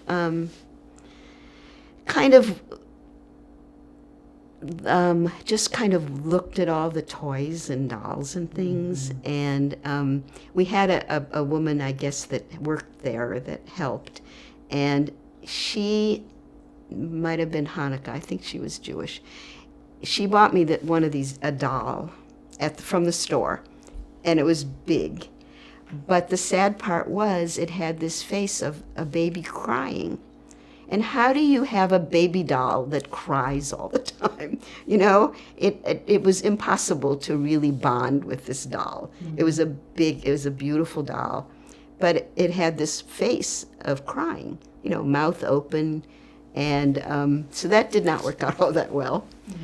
But we would live there for a year. Was this an apartment behind the No, it was store? Yeah, I mean, it had a couple of rooms, Yeah. and it was attached to this. It was right There was behind. the four of you. Yeah, So it was your own place. yeah, Yeah. yeah. Yeah. So So that that was was different. it. No, well, You already had some. we of that had in some San of it. Fran. Well, Yeah. and also in Chicago, Yeah, because yeah, this yeah. wasn't the first place we Right, lived in right. Chicago. Yeah. Yeah. So we left there, and by this time I was on my third school in Chicago, and then we finally moved to a Jewish neighborhood. And You were in fifth grade at age 10 at that time? Yeah. right. Phyllis was your buddy. That's right. Phyllis. So, and then I had another friend who lived, we actually, so the way the neighborhoods work in Chicago, there would be a business street, and then apartment buildings, and we never lived anywhere where people had actual houses. But, so the first place we lived in this neighborhood was above a tailor shop on the busy street. And it had been doctor's offices. So there were 2 rooms facing the busy street that had been doctor's offices. And then there was a little kitchen area. And then there was a bathroom, but there was no room for a bathtub. So all we had was a shower. So back to the cold shower, it wasn't cold, but back to the showers. Yeah. Right. Wow. So we lived there not real long, but on my way to school, there was a girl in my class, and we got to be really good friends. And Her name? Her name is Leslie Lynn. Lynn was her last name. I got a birthday message from her. She lives in New York, and so she had a younger brother who was in between her age and my sister. But my sister and I would spend most of our days, especially in the summer, at her house. Her parents, they were Russian, but they were born in America, but they had been White Russians. And he owned a clothing store, a children's clothing store on the same street. And so they were fairly well off. And they had a big piano in the kind of an open area in their apartment. But her mother was very lovely and very easygoing. And my sister and I would spend most of our days at their house. The bond. Yes, yeah. And I can only remember one time when, so Leslie was kind of a heavy child. She was kind of pudgy. And I guess my sister wasn't with me that time. And we decided to call my house and tell my mother. I called and said, I can't come home because Leslie's sitting on me. And she went, okay. She just accepted it. Yeah. Wow. Leslie's sitting on me, which was hysterical. That's pretty funny.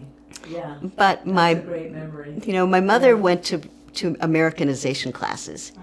And they said, when you send a note to your child's teacher, because you've been out, you write a note and you put it in an envelope.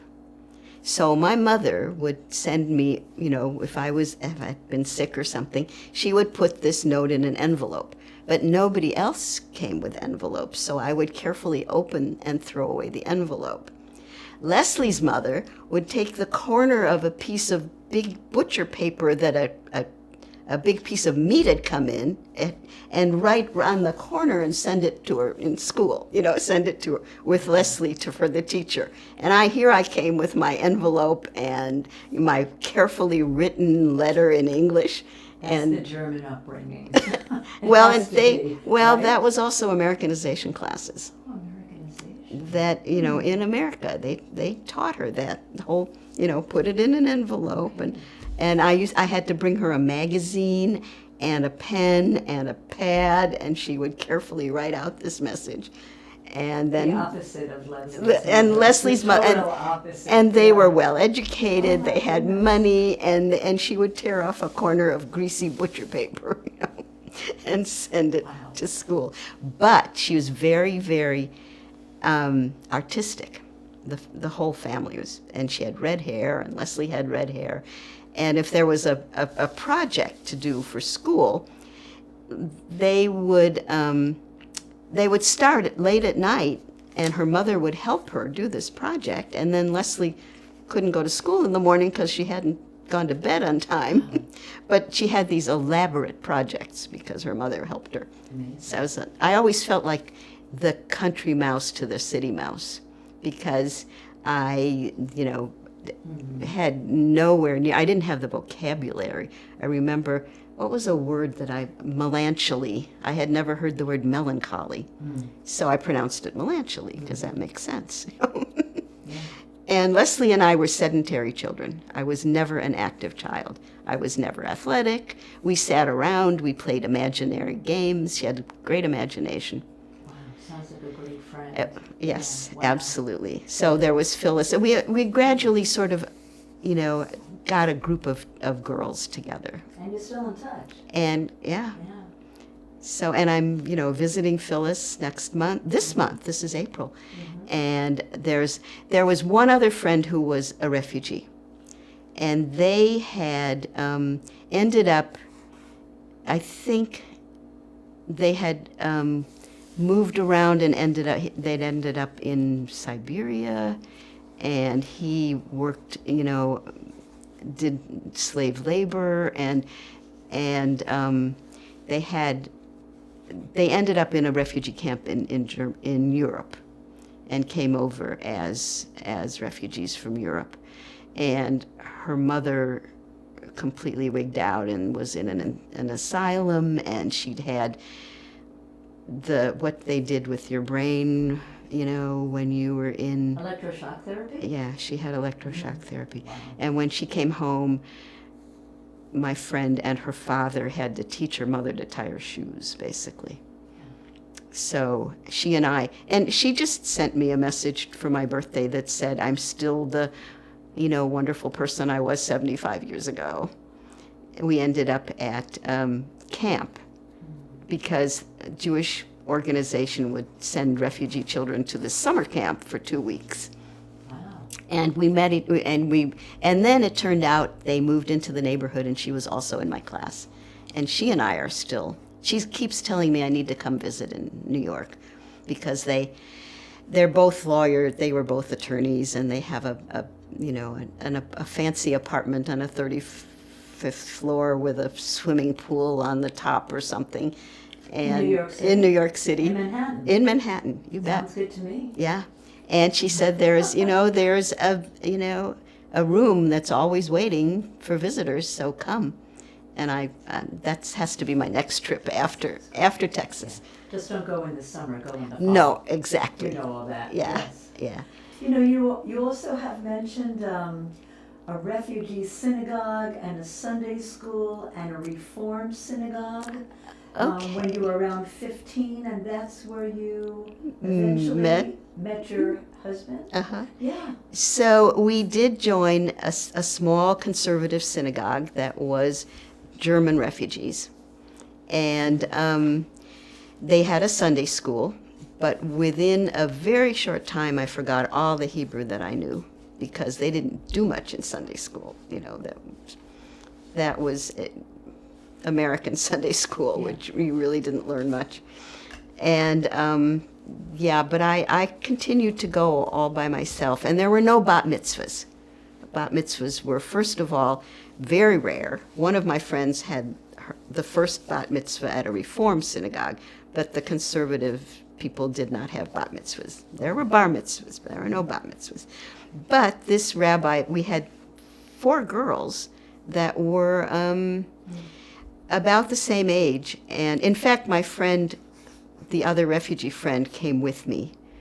And we had a confirmation. And we actually wore robes. We wore white robes. And I believe the rabbi wrote our speeches.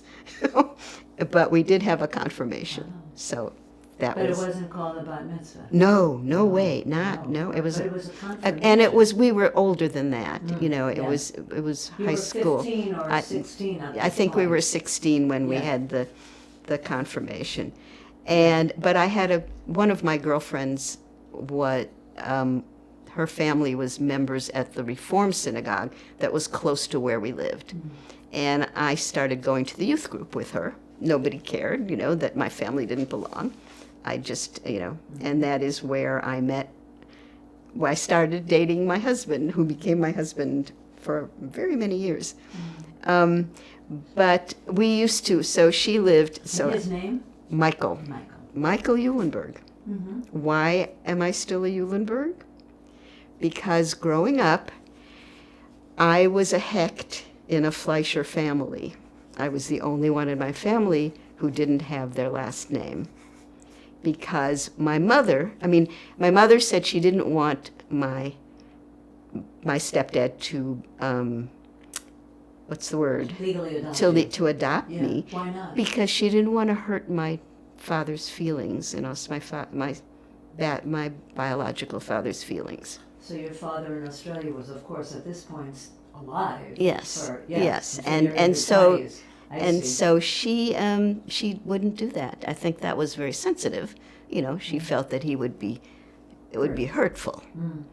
So I, being a very shy child, like when my mother would come to school, I would have to say, "This is my mother, Mrs. Fleischer." That wasn't my last name. And I hated having the only different last name. In those days, that was very Even stigmatized. it Yeah. was, and Yeah. it was unusual. I had a mother who was on her third marriage. So when I got divorced and I married my second husband, I did not want my son to be the only Eulenberg, and his last name was Snowberger. And we couldn't hyphenate. You can't do Eulenberg Snowberger. There's just too many letters. long. Yes. And so I remained a Eulenberg, so my son would not be the only one in my family, because I felt that badly. That's very Because it would have been his two daughters, and he would be Snowbergers, and I would all be Snowbergers, and he would be the only. That's very Eulenberg. sensitive. Yeah. Well, it hurt me, and so. Yeah. Well, you didn't want him to go through the same Exactly. stigma, Right. which you felt. What's your second husband's? What was his name? Tom. Tom. His name was Tom, and he was a Snowberger. But I mean, his family had been in America for a long time. Actually, he grew up in this part of the world. He was one of the rare local. He grew up in Everett, Wow. which is rare. Most people have come here from elsewhere. Correct. Yeah, that Yeah. is unusual. I didn't know there were many Jewish people in Everett. to be Actually, he honest. was not originally Jewish, but he Ah. converted Oh, he did. because he wanted to be Jewish with me. And the rabbi here at the Reform Synagogue would not have married us Yeah. if he had not converted. An official conversion. Yeah. That's the way it works. Right. Yeah. And so, I mean, he was happy to do that anyway. He wanted us to be doing the same things. You also mentioned going to the Peace Corps. Was that with Michael? Yes. Yeah. Yes. In Turkey. Yes. Tell us more about that. Okay. Well, actually, so we had gone to Europe on a trip when we were right out of not long out of college, and we bought a little VW Bug, and we drove, and a friend of ours went too, so 3 of us went, and we shipped the car back. But what's interesting about that is, as I got older, I would not have had a German car. We went to Germany. It was, my friend and I ate, we ate cheesecake for breakfast the first In days. Germany? Mm-hmm. That was in 1964. It was, We went to that's Germany right, for the first time. right. Mhm. And Cheesecake sounds delicious. I know. And Michael had an uncle who was a Zionist, and we were talking about going to Europe, and he said, "Would you go to Israel?" And we said no. And he said, "Why not?" And we said, "Because we don't have enough money." So he said, "If I give you $600, will you go to Israel?" And that was in 1964. And we said, yeah. So we got as far as Vienna, and Carol took our car back for shipping home, and we took the train down to Greece and to Piraeus, and we took a boat over to Haifa. My mother had a cousin who had been a pioneer and had been basically helped establish the first kibbutz, and she now lived in Haifa. She had gotten, money from Germany, and when people were in Haifa from the kibbutz, they would stay with her. And so we stayed with her, and we traveled around, and we went to the kibbutz where nobody spoke English, and then we took a tour to Eilat, and then we went back, and it was time to, one more thing, because my friend Carol is big, Michael was tall, and by the time we got to Israel, none of my clothes fit anymore. Because here's this little person eating along with, the big people. Plus, we went in October. So after dinner, there was nothing to do but go hang out at a konditorei, a pastry shop. You know, you didn't want to go to the hotel because it was still early. Exactly. It was dark, it was cold, and I had this skirt that had buttons in the front, and I kept moving them further and further out. By the time we got to Israel, I had to buy some new jeans because I couldn't fit into them. I had gained that much weight. But anyway, that was the cheesecake Enjoying for life breakfast. along the way. Right. Cheesecake. Right. So we took this boat, and it was winter, and it was fairly choppy. And Michael immediately got seasick. And once you're seasick, you can't eat. But it was an Italian ship, interestingly enough. And my theory was if you keep your stomach full, you won't get sick. It's the stomach half empty, that makes you feel the motion. And so I continued. It was, there was the appetizer, there was this pasta course, there was the main course, there was the dessert course, and I merrily ate my way. Getting hungry. I merrily ate my way to Haifa. But I had to buy new pants. What did you think of Israel at that point? So this is 64. This is 64. Yeah. It was amazing. Yeah. Absolutely amazing. And we loved every bit of it. And we thought about, maybe we'll just go back. We'll go home and then we'll go back. But once we got home, we never really decided to go back.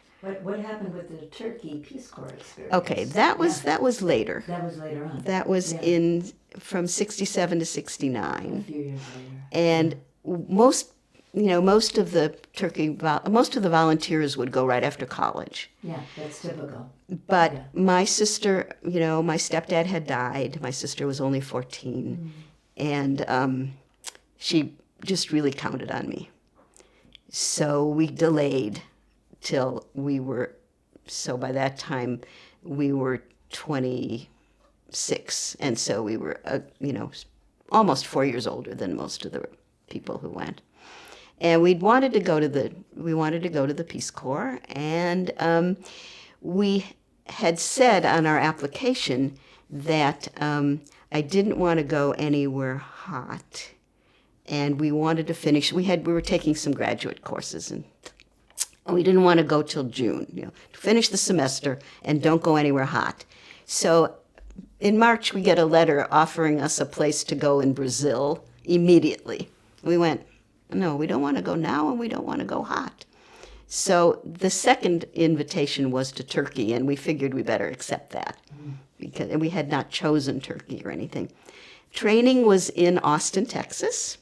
It was summer, and we lived in a dorm, and there was quite a large group of us, all training to go to Turkey. And they had language classes, and they had culture and history and all of that. And there were Turks, teaching the classes.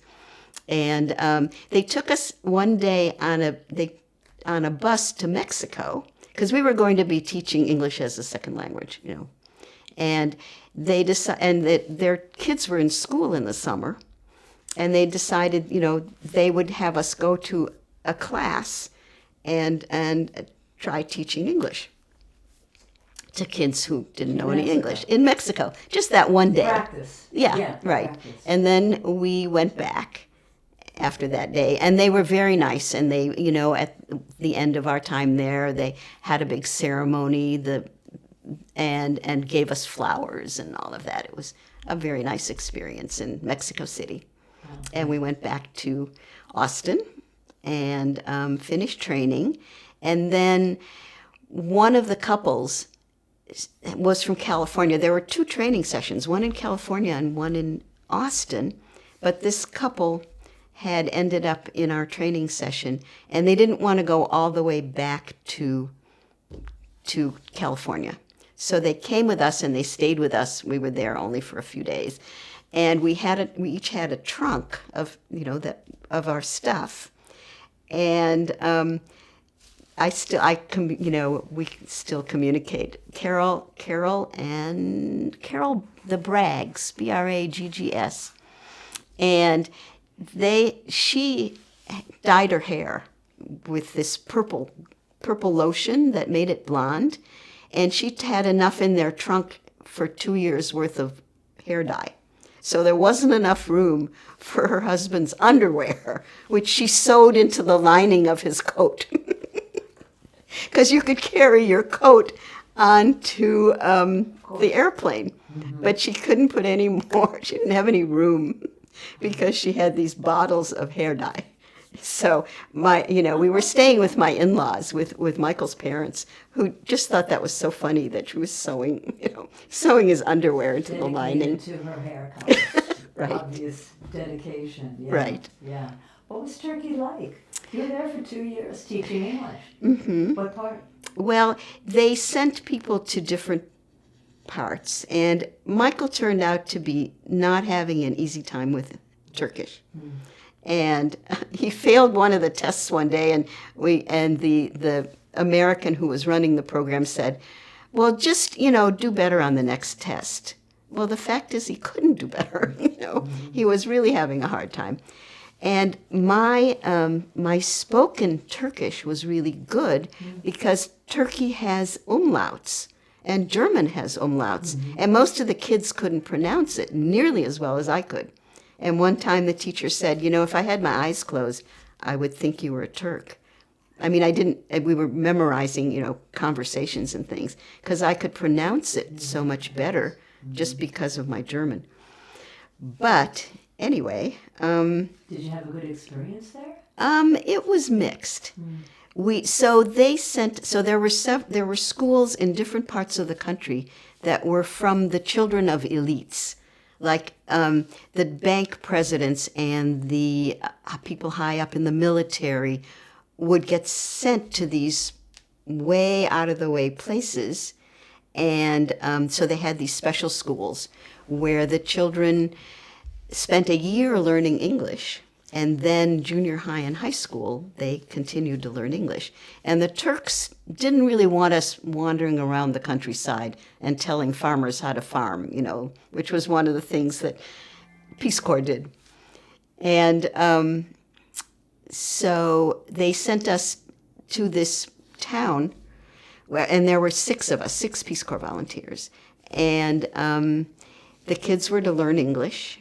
And their education, so they were all of these kids of people that had been sort of sent to the east. We were not far from the Syrian border. It was really a city, but it was largely filled with Kurds. It was a Kurdish part. And the elite kids went to this school, and the education they got was worse because the Turkish teachers had been sent, some of them to England for 2 years, and they had hung out only with other Turks, and their English wasn't that good.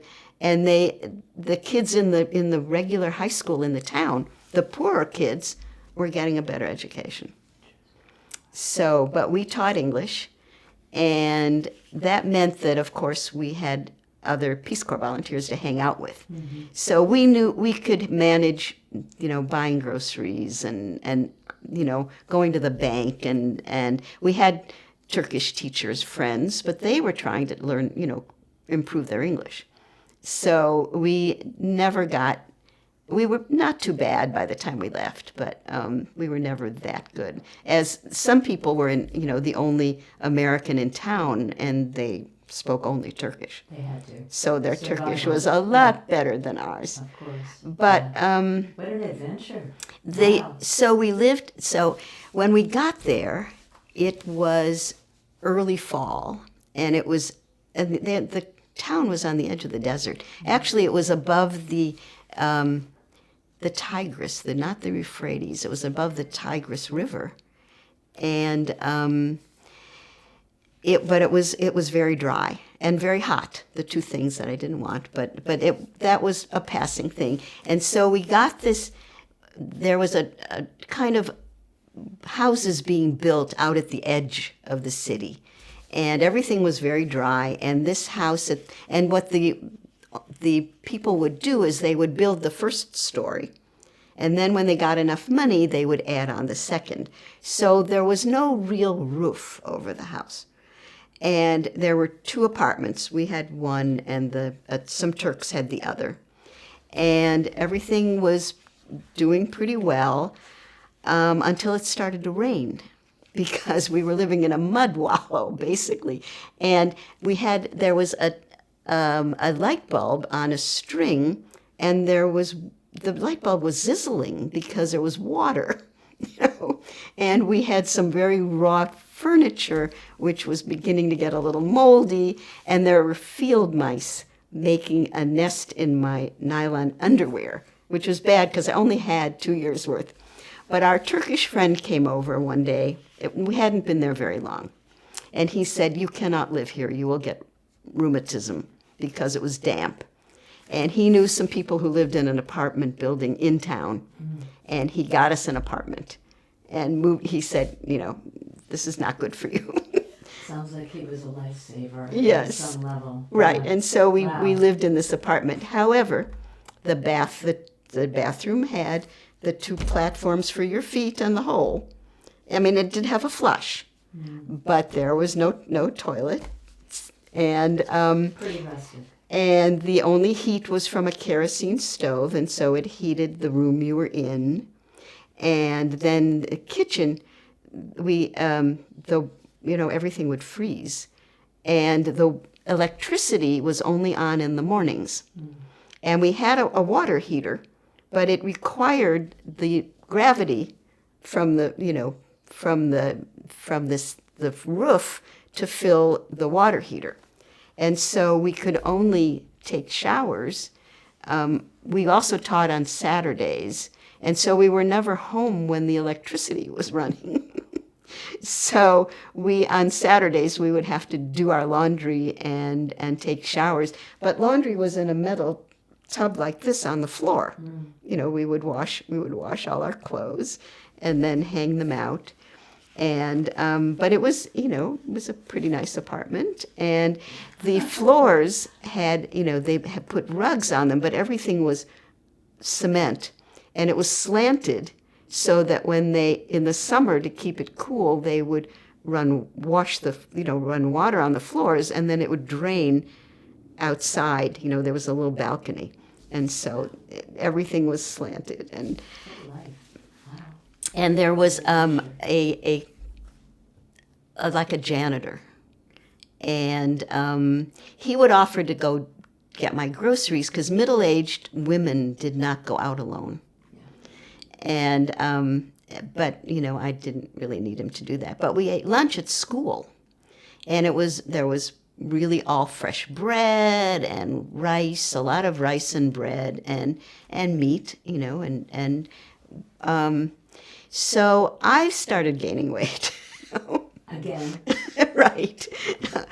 And the second year, I realized that I was going to have to put a stop to this. And I started losing weight again. And one of the teachers in the teacher's room had said to me that I looked terrible. I had looked like a Rubens painting because, a nice zaftig kind of. And I was losing weight. He thought that was a terrible thing. Oh my God, that's great. Yes. Wow. Just looking a little bit at the time. Ooh. Oh, no, it's all good. How's your schedule, Michael? Pretty good. Yeah. Okay.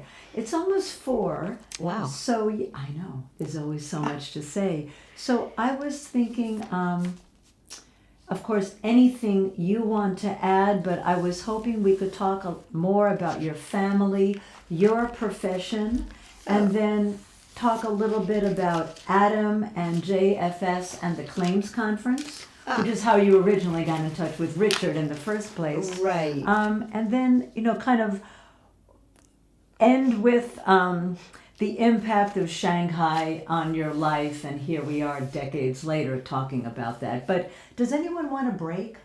I could use some water. I could use some. Yeah. Okay. You haven't taken a sip. I did. I think I took one. Maybe I missed it, but amazing. Okay, But I'll yeah, have to stop. yeah. Should we stop? Seattle Times magazine, Look at this. and Shanghai Landers. I had not seen Shanghai that. Landers. I hadn't seen that expression before. That word. We had a reunion in San Francisco, How wonderful. and this was a woman from Temple who was doing freelance, selling articles to the Seattle Times, and she came over, and I showed her some artifacts that I had, and she wrote this. Some of the facts were a little bit wrong. She kind of, and that's my son. And Wow, sweet. and I had an original, and I don't know what happened to it, unless I gave it to the You might have given it to the Holocaust. Holocaust Center? Yeah. You can ask Richard when you speak with him, yeah. Yeah, because Because you might want that back, right? Yeah, Right.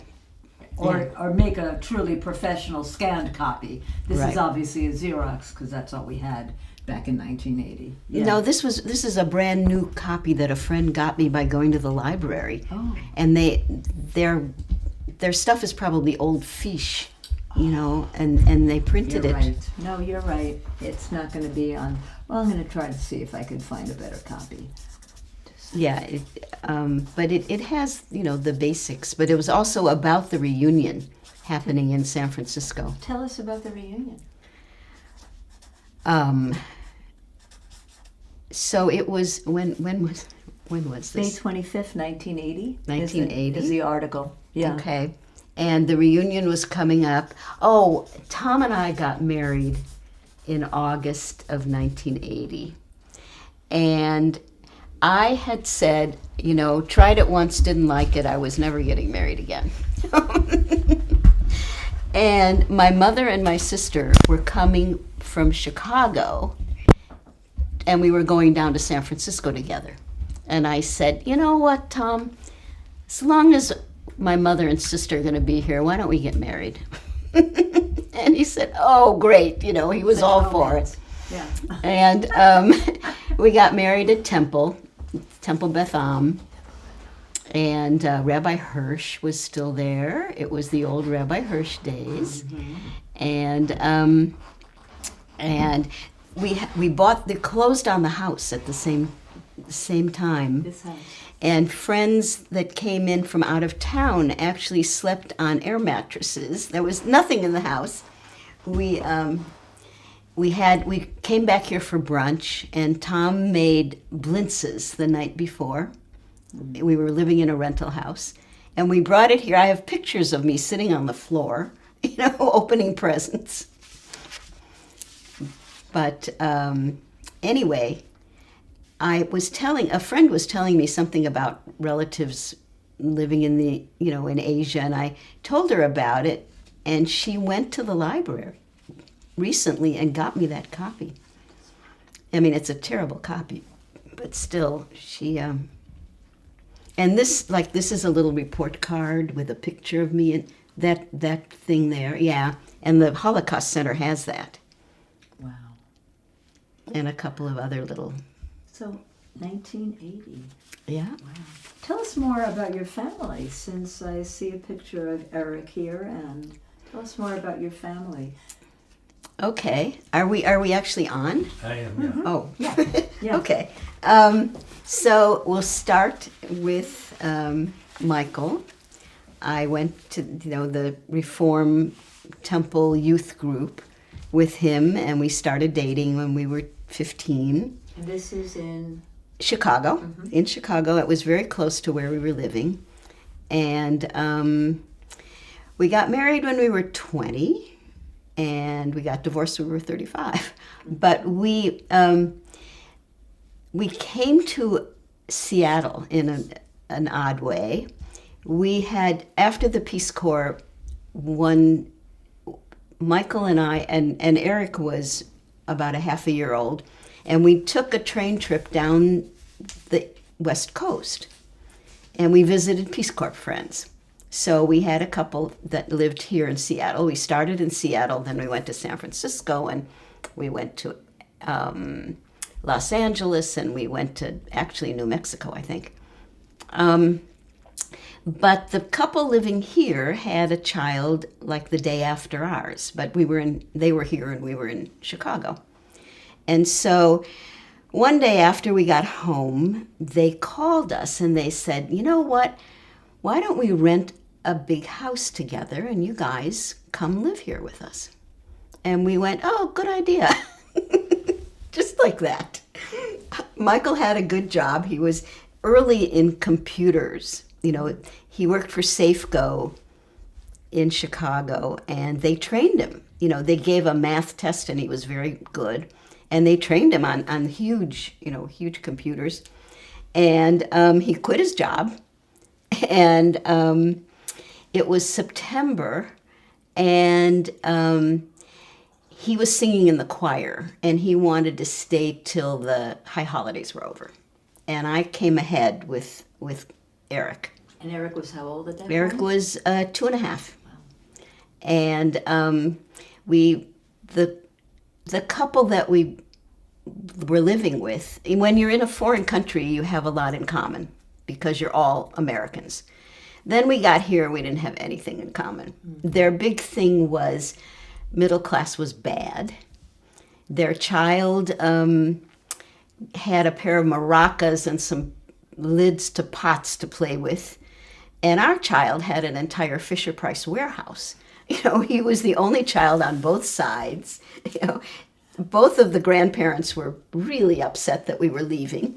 We had a moving van that took a lot of our stuff. We just said, oh, good idea. We'll go to Seattle. Another adventure. Yeah, and we didn't know anybody else.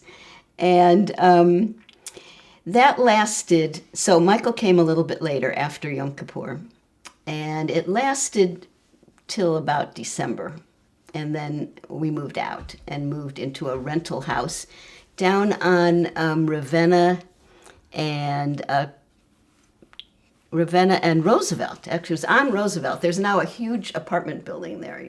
They tore it down. Do you know where what a Racer? Oh, yeah, Cafe Racer. We were right next door to Cafe Racer. Oh, I know that very well. Yeah, that's a lovely spot. Yes. And and it was a nice little house, and it was a rental. And so we moved out, and then, so what was next? About coming to Seattle, and how did you navigate your life here? Oh. Your profession, you're a mom, but what else Right. was going on for you? So and did you like Seattle? I mean, yeah. But we didn't know anybody. After a short time, we decided we would go check out Temple Beth Am, and we took a bus because we were living kind of in Wallingford, down not too far from Stoneway, in a rental house. And so we got on the bus, and I think the bus, it was the wrong bus or something, but it was pretty close. And the bus driver said, it was a Friday evening, and he said, "You're going to Temple Beth Am, aren't you?" He was a member who was driving. He was a bus driver. He knew. He knew where we were headed. But anyway, and Michael didn't like driving, so I got my driver's license, and I was the driver. And so there was a woman on Ravenna, kind of right around the corner from where we were living, who kids were going in and out of her house, and I figured she had a daycare center, which she did. And I was going to I needed to go to work because I could hear my voice was getting a little shrill, and he was 3, and it was time for me to do something else other than staying home. So I walked in and got to know Virginia, who ran it, and just about the time I was going to start taking him, he got chicken pox. So that delayed things a little bit longer. But, and I just found a job, any old, kind of a clerical job. My education had been in education, because growing up, the only horizons I felt were possible for me was either a teacher or a nurse. I didn't have any sense that I could have been anything else. Well, no, that was pretty standard for that era. Yeah, and I didn't want to be a nurse. That sounded sort of icky. So I went to school. I chose my college. It was a state school. It had been a teacher's college. It was a little bit like,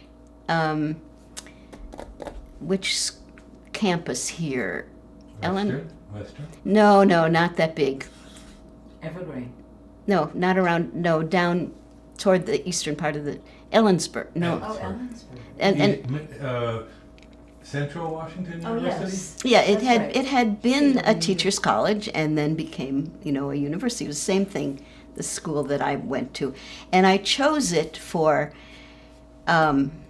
basically the main reason was that I could get home on the bus. Of course. Because we had no car. Nobody I knew had a car. Michael's family never drove a car. We lived in apartment buildings.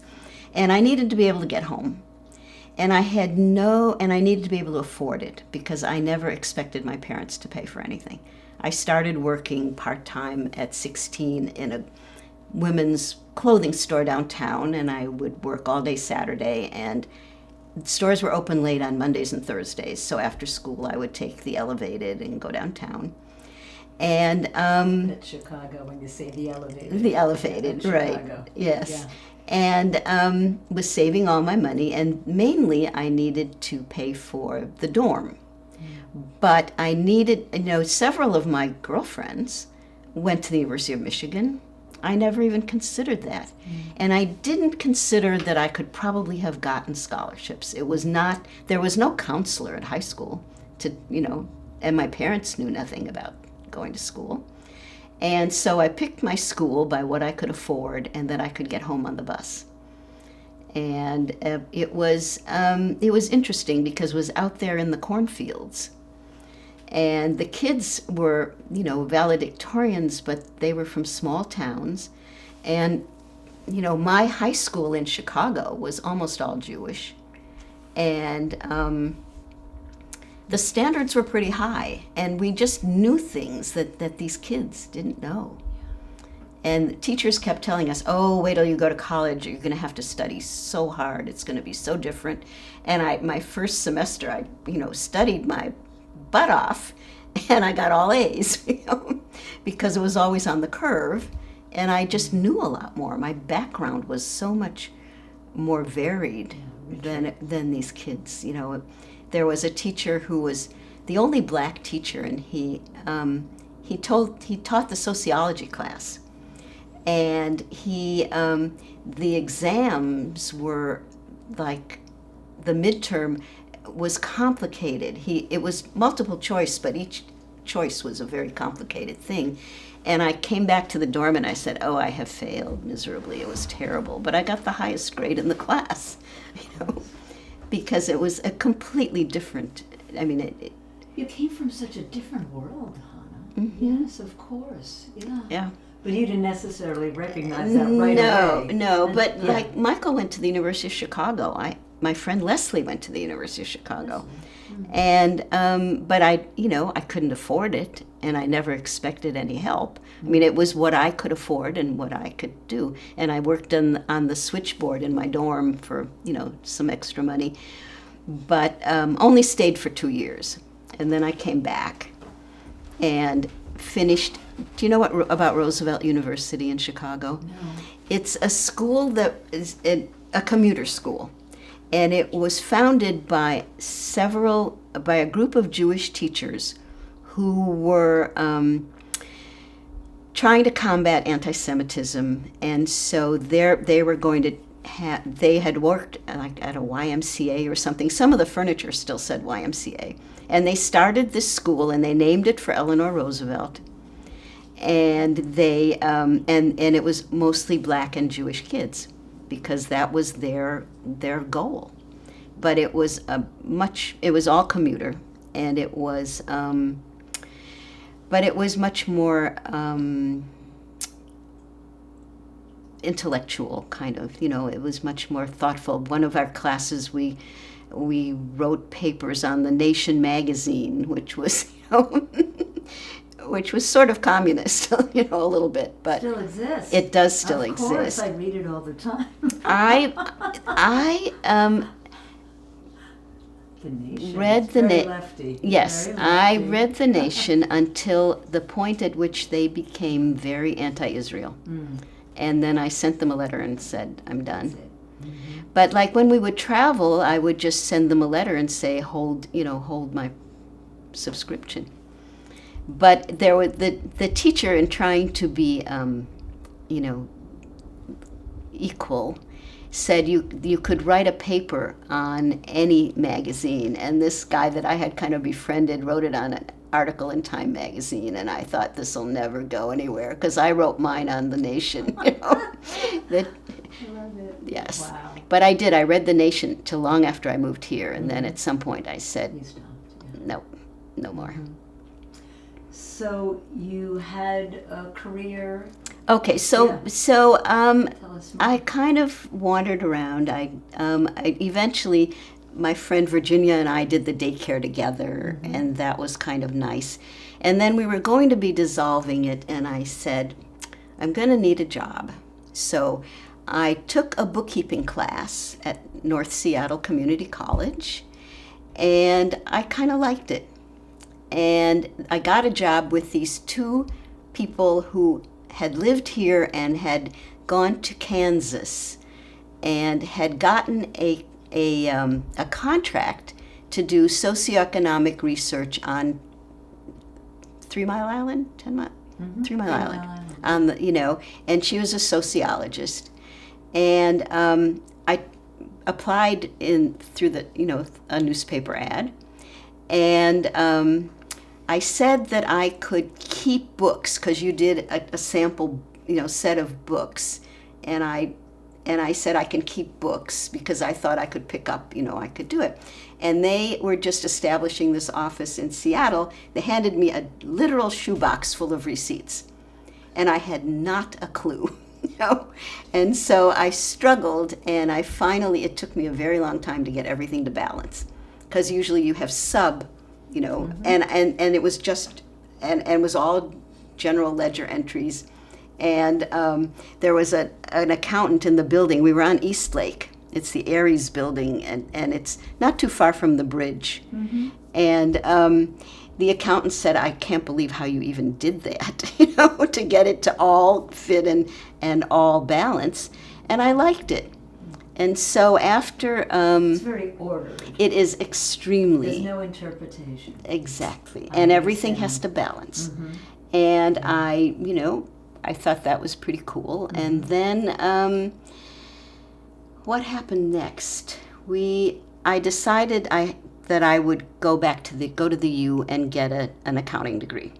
However, I was impatient, and I decided in the summer, and it would have required me taking graduate exam and studying for a year and not going for a year. And I said, nah, I'm not doing that. So I just enrolled in the business school and got another bachelor's degree and did the accounting.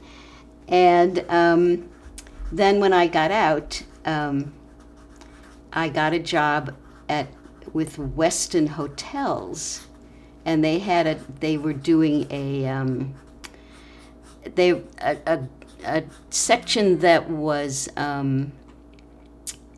running the gift shops, and it was a separate little office, and I got the staff accountant job and worked for a year or so. But I had also applied at a company in Kent, an aerospace company, and they offered me the job after I'd already accepted this other job.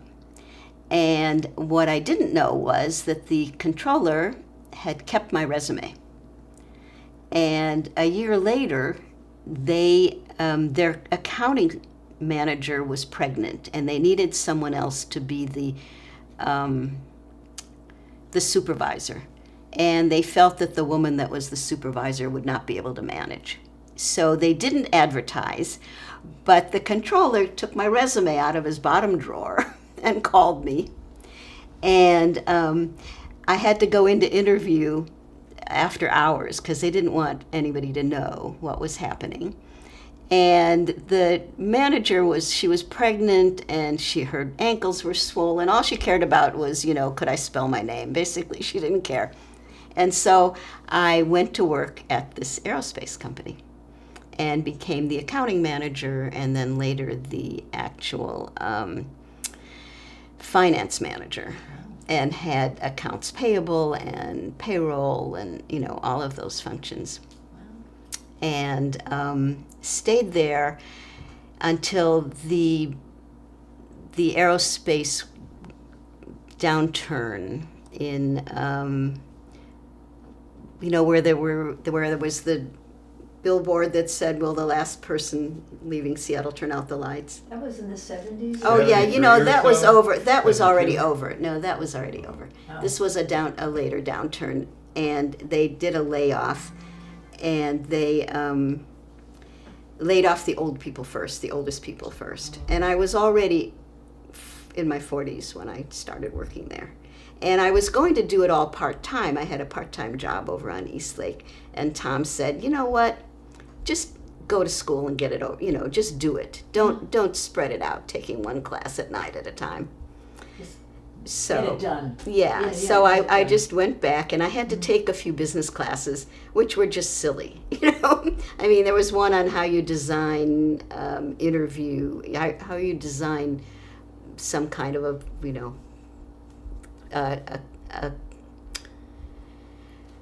what you when you do surveys, you design a surveys, and the whole of it. I mean, it was all very. Well,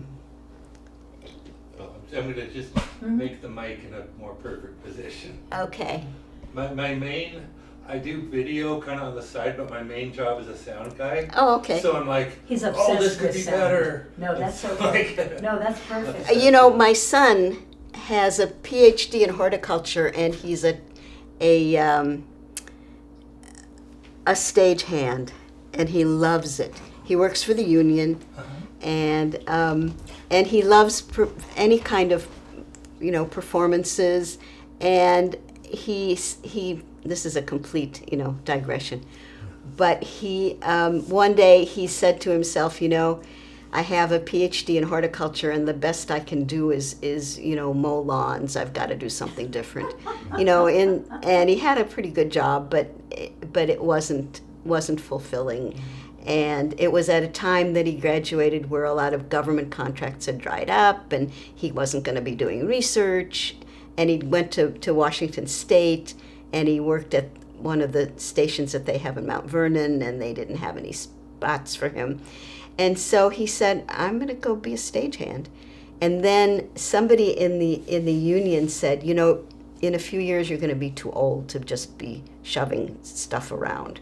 You need to take some classes." And now he does basically sound and all of the he got hired by Cornish, which is and he manages one of their theaters, all of the technical stuff. And he still loves taking gigs. He's still in the union, and he loves the fact that there's this band is having a concert, and he loves doing all of the technical stuff. Well, so I've gotten to work a little bit in the musical scene. The big one is we have a documentary about a local band who's Tlingit, but they were born and raised in Seattle mostly. But just like being around music and creative people, it can really add dimensions to your life that if you're stuck in corporate or something, Different. right. Yeah. Totally different. And Yeah. now he's pretty far up, and in the union, and he's happy, and he loves doing That's it. key. He's happy. Yeah. Anyway, so that got me away from my trajectory. That's right. Yeah. So you were there until your 40s. Well, I know I didn't even start. Oh, you started there in your 40s. Yeah, Sorry. yeah. Yes, of When I course. became the supervisor Yeah. in the accounting department, and I was there for 16 years, Wow. and then they had this layoff, Right. and I was devastated. I couldn't believe they were laying me off, and they went with the oldest people first, and because the guy that managed the entire, floor, I mean, all of the union people and everything, he and I got laid off together. Wow.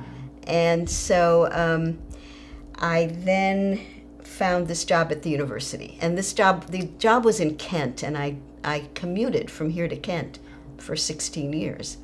And Tom was not happy. When we had the earthquake, it took me forever to get home. And one of us, there was a snowstorm, and he said, "Well, just wait until it abates."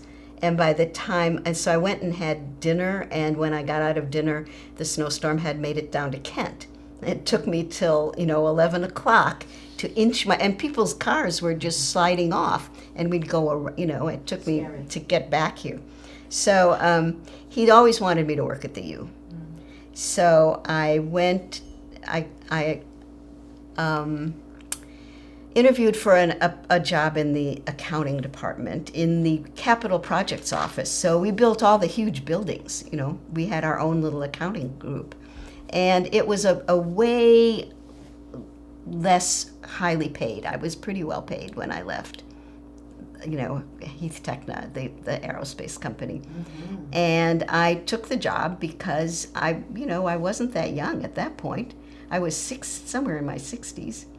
And so I got the job, and most of the accounting clerks were Filipino, and not all, but everybody was a clerk, you know. And here I was with my years of accounting, and the woman training me, I just decided, okay, whatever she says, I will do, and then I'll do it better later, you know. And I, at one point after a few years, I was really bored because accounting happens every month, you know, and it's always the same. And so I applied for a job at the medical school, and they were thrilled. And the controller there said, "Do you mind if I call the person who runs this capital projects office?" And I knew they had worked together on things. And I said, "No, fine, call Alan." And she called Alan and said that, you know, she wanted a reference check. And Alan said, "We're not going down without a fight." He was determined. He said, he called me in and he said, "Do you just want to leave capital projects, or, you know, why are you looking for this job?" I said, "Because I'm bored." And so he said to the two people, he said to the head of the IT group and the head of our accounting group, "Find work for Hannah." You know? Find something that Hannah will be happy with.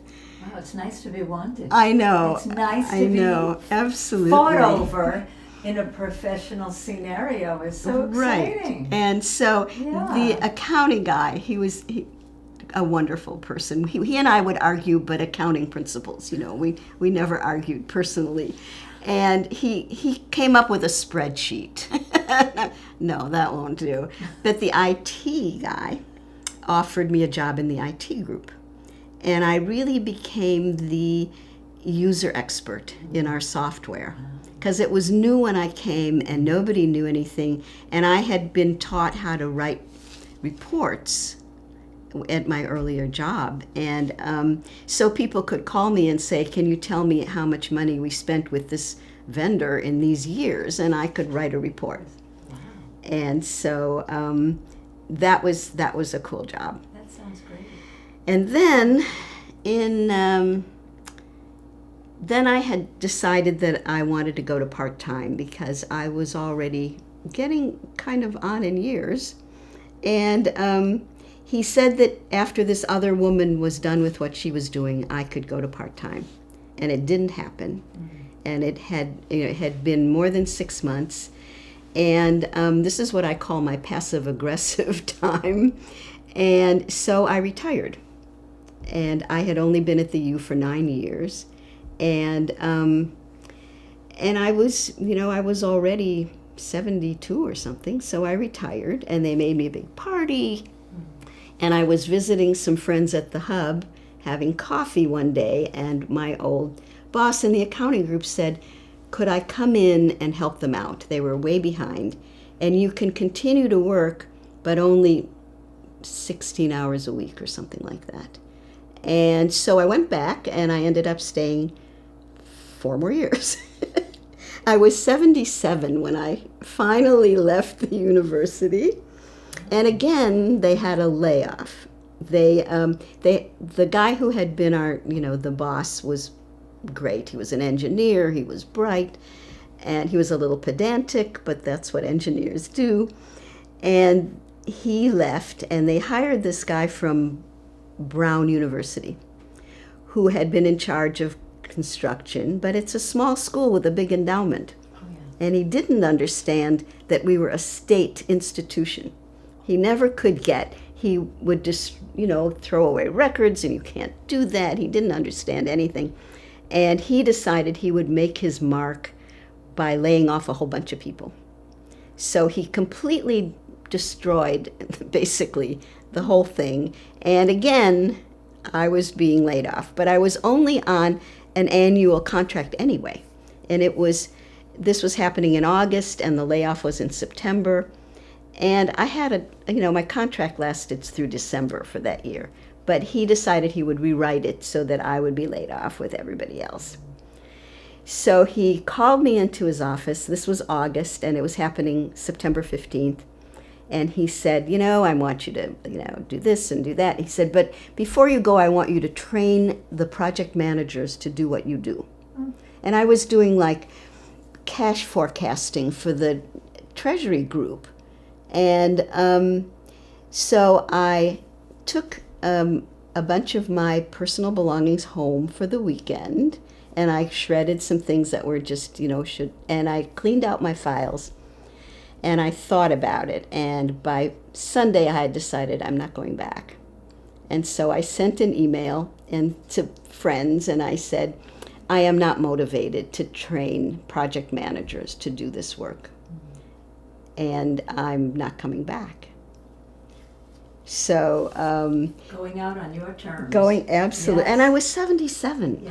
It's time. But some years later, somebody who was still in accounting told me that one of the project managers came down to accounting and said, I need a cash flow forecast for my project. And they said, we don't do that. Hannah did that. Which was greatest comeuppance you could possibly have. Wow. You left your mark big time. Yes. Wow, yes. That's amazing. And I still have a couple of friends that I see. So there was my career. That's amazing. Yeah. Yeah. Women accountants are not, well, things have changed, but that was very male-dominated for decades and decades. Yeah. So a friend, another kudo. Yeah. A friend suggested that she had a friend who ran an accounting company here in Seattle, and he had come from Germany, I think, and she sent me after I graduated to go interview with him. And he said, well, accounting is a young person's career, and you should think about becoming a public bookkeeper or something like that. So I left and said, no, I am going to work in accounting. I just got this degree. It's as good as everybody else's degree. And I'm not going to become a bookkeeper. Not that it's bad to be a bookkeeper, but, I had other goals and other talents and skills, and you are educated in that arena. Rampant sexism. Wow. Yes, and I'm still a spreadsheet junkie. I keep all of I do all this tracking of how much money I have coming in and going out every month. And because I didn't know how it was going to turn out after my husband died. Mm-hmm. And I still, this is my third year that I'm keeping my spreadsheet. Not many people have it. And I have one for my bills for the month, and I have when it's due and when I actually pay it. Usually pay it early. I know. And the other one is the ins and outs every month. All the money in one column that's in and all the outs. And then I have like a running where I am for the year. This is a little crazy, but I am a spreadsheet junkie. Thank you for making me feel entirely inadequate. We shall proceed. I wish I was organized like that. My God. Yeah. I'm in awe. And I didn't even know that I was order crazy, until quite a bit later in my life. I didn't recognize that in myself. That's a common thing for survivors of difficult, painful, traumatic, Holocaust survivors and others. Order, control. These are the things you can manage and control when so much of your early life was not that. Yeah. So that doesn't surprise me from what I've learned in these types of interviews, Hannah. But I'm in awe because I've never done that. Maybe Michael has a time. We're two peas in a pod, and not a reed. Yeah, no, I it's really. aspirational for me. It is. It's aspirational, totally. But the claims conference money, Yes. the German money. Yes, comes- Adam from JFS helped you with that, correct? Adam some from JFS bugged me because I felt that I had never been in Germany. Why would Germany feel any compunction to give me money? Because I was born in Shanghai. Of course. And on their list of eligible, they have broadened that eligibility list over the years. And there's a line that says children born to German Jewish refugees in Shanghai from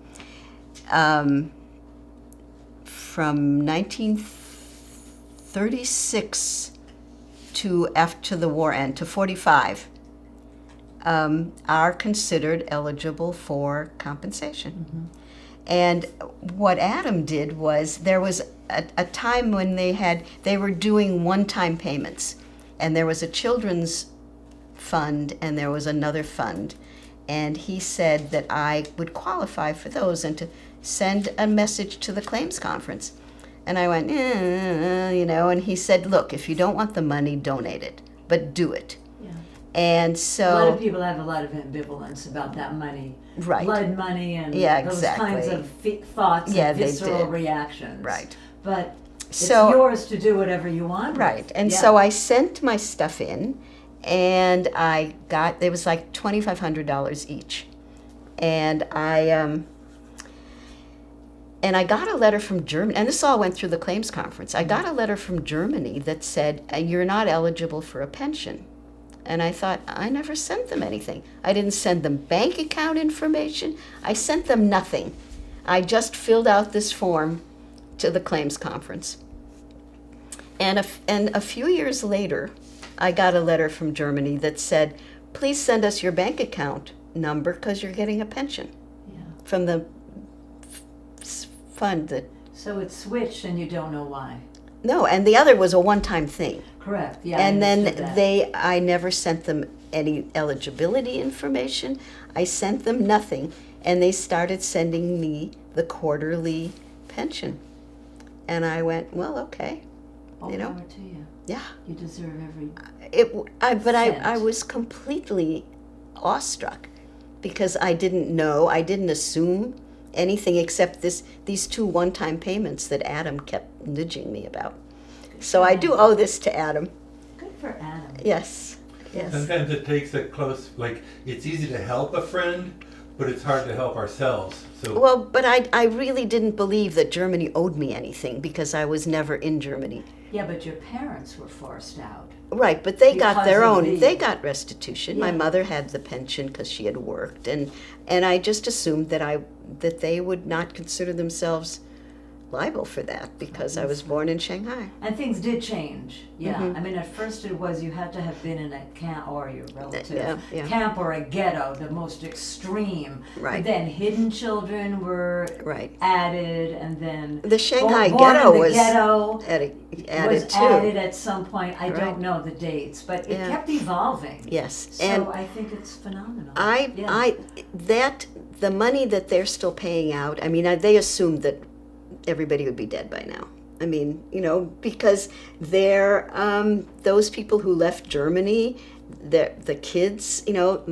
My cousin is in New York, is 10 years older than I am, and they just assumed this wouldn't last this long. Well, people live long lives. Some people do, some don't. It's Right. unpredictable. But Of course. but the money that they pay out is buried in a general financial thing. I don't think most Germans know that this is still ongoing. So you think it's like secret? I think so. I think it's Why? buried because most Germans, young people, think, why am they using my money to pay these people? I wasn't there.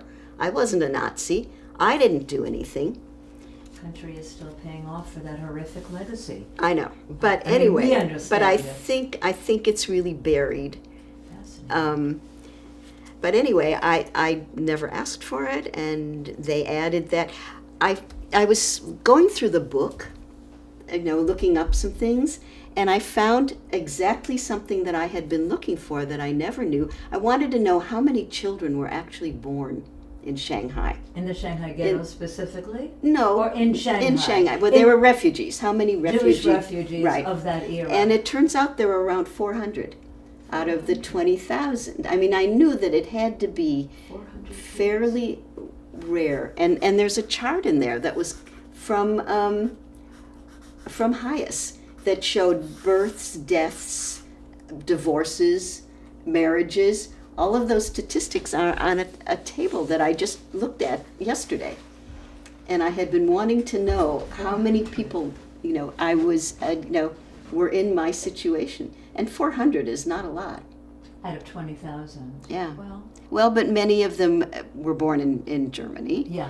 And They also, came as little kids. Right. Yeah, or very, very or, young. they were older. And, but that was, and I just saw that. 400, that's a great number to have. So this impact of this early part of your life and the family losses, you mentioned the loss of family in both Theresienstadt and Auschwitz. In a sense, can you, your own issues and thoughts that you want to share, but in a sense, can you summarize, Hannah, what this impact has had on you so early? I know it sounds a little trite perhaps, but the Shanghai ghetto is more and more well known, as we've been talking about, even though not everybody knows that this Jewish community existed there and was saved there. Right. What are in a sense, your closing thoughts about that? Well, I realize that I have lived a very different life from anybody that I know. Yeah. And I used to not even mention it. Why? Well, because I had all of these ways in which I wasn't an American child. And I took some notes about that. Yeah. When I went to summer camp, I noticed that I don't eat the way American children eat, because Germany and I think other European countries, you hold your fork in your left hand and your knife in your right hand, and you never change hands. You cut up one piece of food and you eat it. You cut it, you eat it, then you do another piece of food. You never cut up all of your meat and then change hands. You never have your fork in your right hand. That isn't the way Europeans eat. That isn't the way I ate. And I discovered at summer camp that that's how Americans ate. So I had to, I did a lot of effort to be American, to do things that my friends did. And I very rarely talked about, having been born in Shanghai. Nobody understood that anyway. Did they even know where Shanghai was? Well, I had a little problem with Shanghai myself because I have very poor directional ability. I mean, I get lost easily, and I used to say that it was because my compass was installed in the southern hemisphere. And one day I went, no, Shanghai's not in the southern hemisphere. Can't use that. But nobody ever corrected me. And one of my roommates at college was Japanese, and she was born in Portland.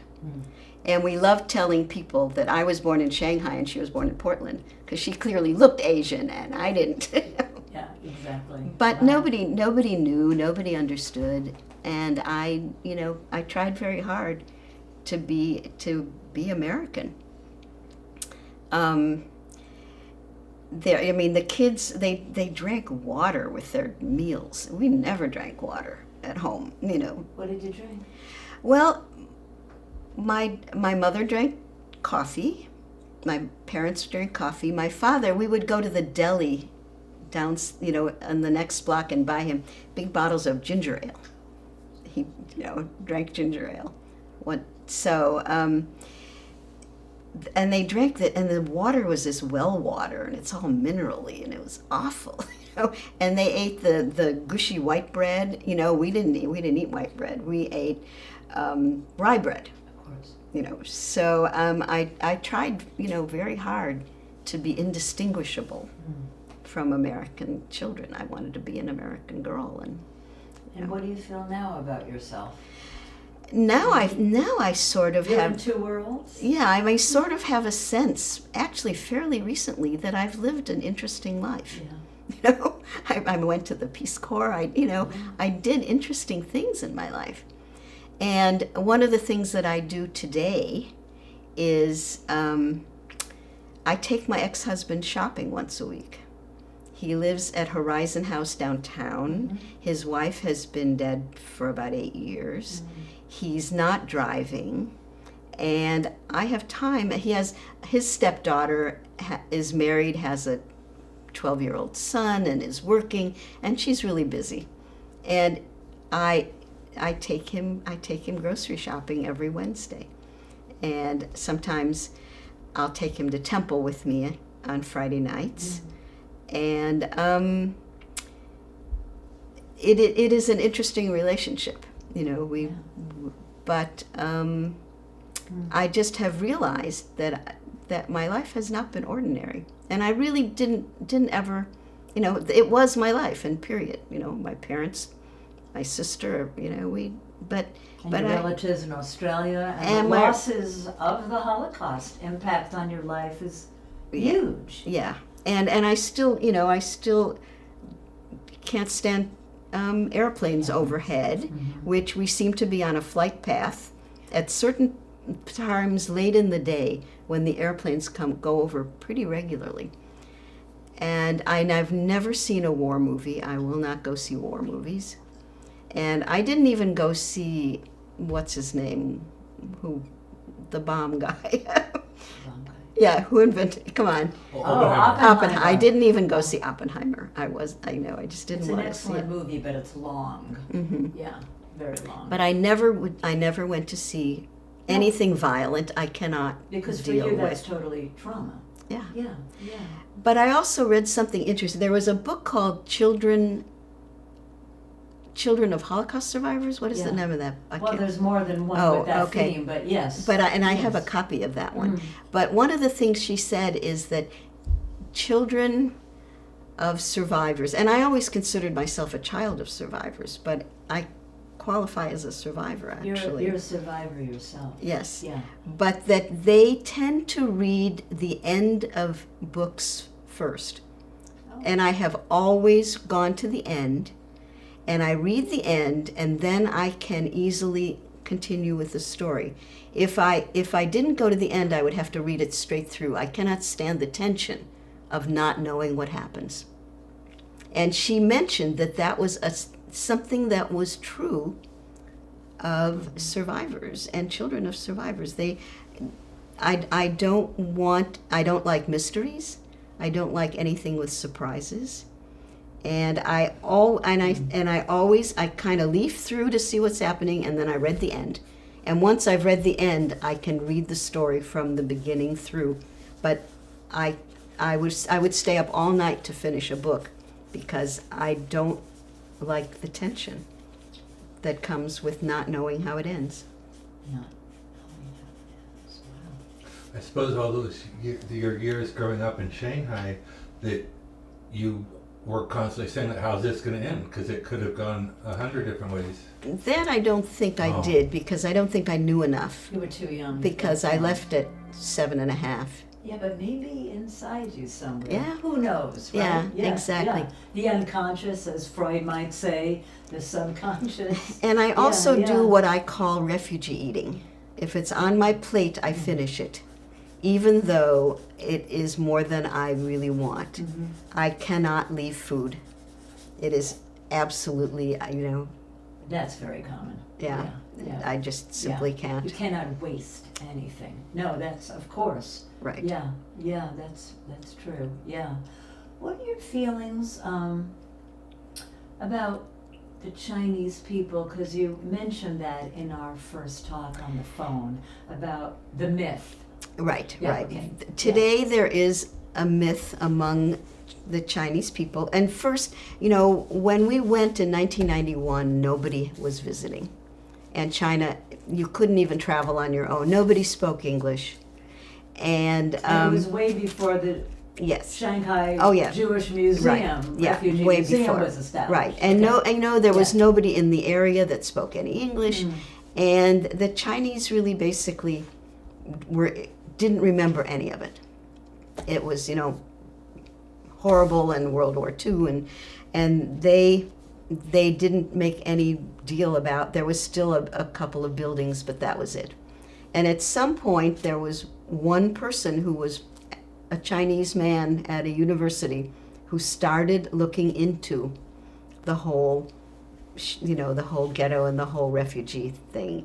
And then I think the Chinese discovered that it was good for tourism, especially Jewish tourism. Many Jews went, but other people did too. It was good for tourism.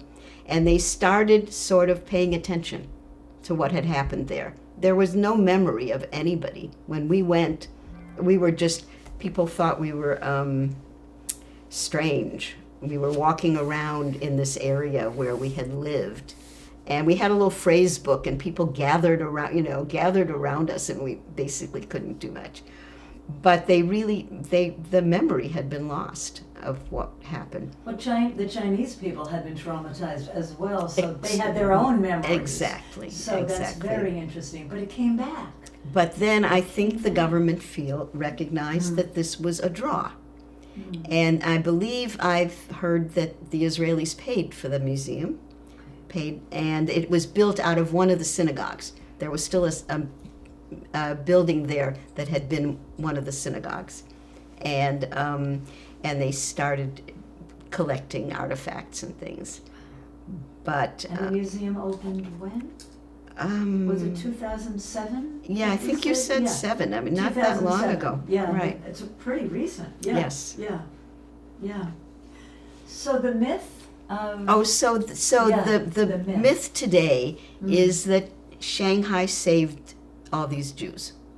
And if you ask one of my cousins, they would start spitting, nails, because they said that the Chinese did nothing for us. It was the Jews that were already in Shanghai. It was overseas groups. It was the joint. It was all of these, the Chinese were the poorest and the most hated and the most oppressed people that were there. But now there have been books about the wondrous Chinese who created a haven for the Jews. They didn't create anything, really. There are books and movies that I've seen that indicate, unlike your experience, Jewish children playing and still having relationships with Chinese kids from that Shanghai ghetto era. So there are some experiences There that were. are somewhat different. Right. Well, and they may feel differently. Who knows, but right? there were still some people who managed to, to live in different kinds of quarters. They didn't live in Hongqiu. They lived in one of the other places. Or oh God, I'm not going to remember his name. There's a historian who's on, who teaches at, I don't remember where, who was actually in Shanghai, but his father was, I think, British. And they ended up, being sent to a camp for, other foreigners. But he because was, they were British citizens. yeah. But he was, Different category. Yeah. but he talks about having been in Shanghai during the war and all that. Yeah. How do you feel about the Japanese people or government of that era that did put the Jews in the ghetto, but did not slaughter them, even though Himmler said, kill them? Right, and they were Yeah. being pressured to do it. And Yes. I think it's amazing, but they were so ignorant of Jews. They had no historical enmity. They had plenty with the Chinese. They just mistreated them terribly. But they were convinced that Jews had a lot of power in the world. And so there was also a book called the Fugu Plan. And the Fugu Plan was to create a Jewish homeland in Manchuria. Is that where it was? I think so. I think so.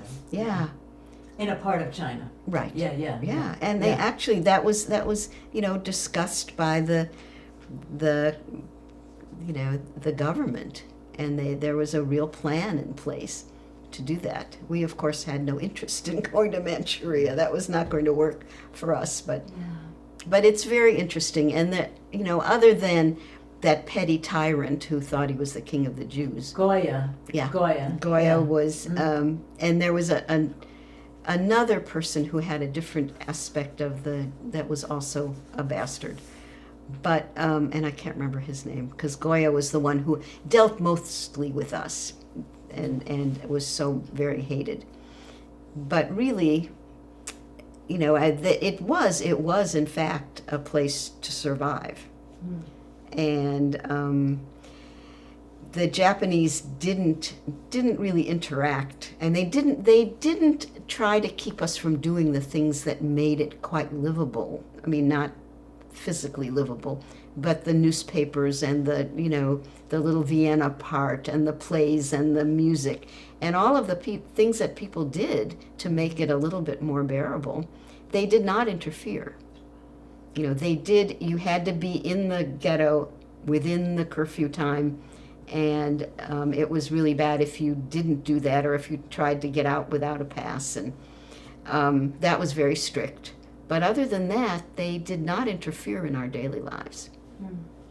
Interesting. So I don't feel terribly negative. There was poor Goya who got beat up by the refugees after it was over. Don't feel sorry for him. No, he was. I know you don't. No. Finally, in terms of my question to you is, you mentioned previously that you went to Germany in 1964 and enjoyed it, but then you went back at another time and did not enjoy it as much. No. Can you say more? And also, what's that date of your second trip to Germany? The second trip was after the Peace Corps. We so what the Peace Corps did, you got a salary that matched the Turkish teacher's salary, and then the difference the Peace Corps kept, and it was considered a readjustment allowance, so that you would have some money coming back to get reestablished. But they gave it to us when we left Turkey. And we bought a car, yet another car, a different car. Not a Volkswagen. No, not a Volkswagen. And actually, yeah, so we bought a Fiat, which was a four-door, which was a big car, because most of the Fiats were little bitty cars. And two friends, two guys, and my sister came over and met us, and we traveled. And I was very uncomfortable being in Germany. I didn't even want to hear the sound of German. And when I was in my 20s, my early 20s, it never even occurred to me not to go. What changed for you? What changed? I don't know. I just think that I thought more about it. It meant more to me. I was not as young, and I, the horror of it all became more apparent. And today, I just would not go to Germany. I don't even, I don't like hearing it. The other thing, there was a program on TV that was it was a funny program about a prisoner camp, German prisoner camp. You're talking about Hogan's Heroes? Hogan's Heroes. Of course. And I hated it because making fun of a German prison camp could not possibly have been funny. And most of those people were Jews or had Jewish backgrounds. Yes, but I mean... And that's why they did it, I've come to understand. Really? Because they were making the German he was an idiot. Like an idiot of all Exactly, time. but I could not watch. Yeah. And I couldn't see how you could make something funny out of a German camp. There's a lot of mixed feelings about that. Yeah, it was Hogan's Heroes. Yeah. I would never watch it. Yeah. Oh, you've never seen it? It was on sometimes. I don't know. Whoever I was married to at the time was watching it, but I would not even watch it. I couldn't. It just made the hair stand up on the back of my neck. Based on your experience, of course. Yeah. Now, do you still speak and understand some German? I think you told me you speak Berliner German? Yes, but the problem now is, so my mother died in 2008, and she was the only other person that I spoke German with. Okay. And we spoke German at home all the time that I was home. You know, we didn't switch to English at home even until I went away to college. I always spoke German. And I can read German and I can understand, but my fluency has lessened terribly. Well, you have to use it. Yeah, Right. of course. Although the other morning, for some unknown reason, I was puttering around and I started speaking to myself in German. I don't know where that came from. I guess all of this kind of, Maybe prepping for our interview. Yeah, I don't know. thinking But, about it. I was thinking now, why am I doing that? But it is not, it doesn't come easily to me. If I were in an environment where I could speak German or even just hear it, I can read it. And the other problem is my German was a household German. I never went to school speaking. Yeah, Conversation. And I was, and so I don't know much of the today's vocabulary at all. Of course, everything changes. Because I don't know most of those words. But I have 2 books here that I bought from Half Price Books, where the author is a German woman who writes these humorous mystery novels. And I've started reading. I also read some Harry Potter in German. Oh, my. Because I decided I didn't want to lose it totally. And I have these 2 books. I haven't been diligently reading it like I intend to.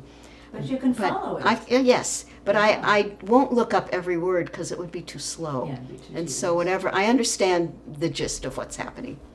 But yeah, I have 2 books right there that are humorous, kind of sort of mystery, but detective kind of stories. How do you feel about, for example, the German government today?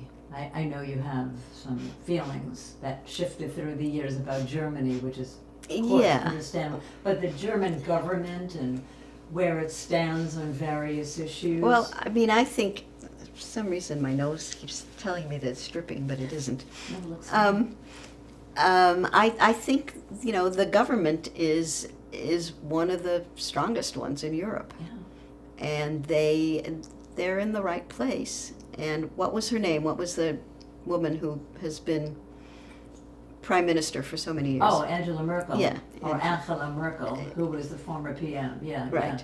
Yeah. She was pretty intense. Yes, and straightforward, Very. and I think, and they've done a lot to sort of atone. Do you know what Stolpersteine are? Yeah. Stumbling stones. And they are these metal things that, and my stepfather's house has one in front. They were in Stuttgart, and they have a cousin in England who you have to apply for this. There's one man that made them, and I don't know if there's anyone else that does them. And they're these metal. I have a picture of the one that sits in front of my stepfather's house. Yeah. And there were 3, because there were 3 people who lived there who died. Got taken. Yeah, and it shows when they were born, the name and their birth date and death date. And the idea of it is that you trip over them.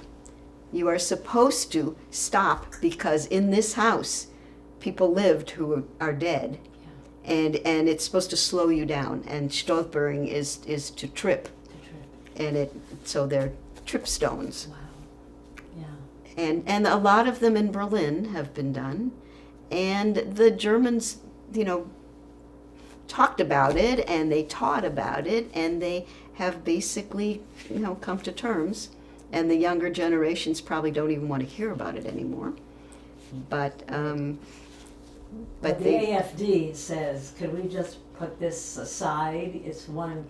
The thing they said was, it's one speck of shit, literally, on German history. Enough already with the Holocaust. Oh, exactly. That's the rise of the right wing everywhere, Well, yeah. including in Germany and, of course, the United States. Yeah. Yeah, it's quite fascinating. It is. Any final thoughts? Anything we left out? No, I don't know. I did bring something with me to America that I didn't know about, and that was I discovered when I had an upper GI because I was having some stomach issues, and the gastroenterologist discovered that I had H. pylori, which is a bacteria in your stomach. But causes ulcers, right? no, it has nothing to do with ulcers, it turns out. They thought that they caused ulcers, but it didn't. It's a bacteria that lives in the lining of your stomach, and it's common all over the world, but not in America or in the, the richer countries. And it turned out it was in my stomach lining. And it was because probably I had gotten it in Shanghai. So I brought stomach bacteria with me from Shanghai, and they have the World Health Organization says that if you find it, you should eliminate it if you know it's there. But generally, it might be completely asymptomatic. And I did the stuff for 2 weeks that you do, take all these different pills and things. And I asked the doctor if he was going to check if it was still there, and he said no, because it always works.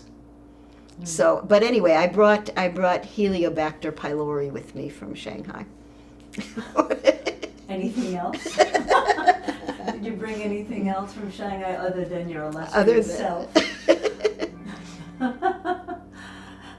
Any other final thoughts on it? No, I've just recently really kind of grabbed the fact that I had this unusual life. And I'm not as shy in just saying, well, I was born in Shanghai.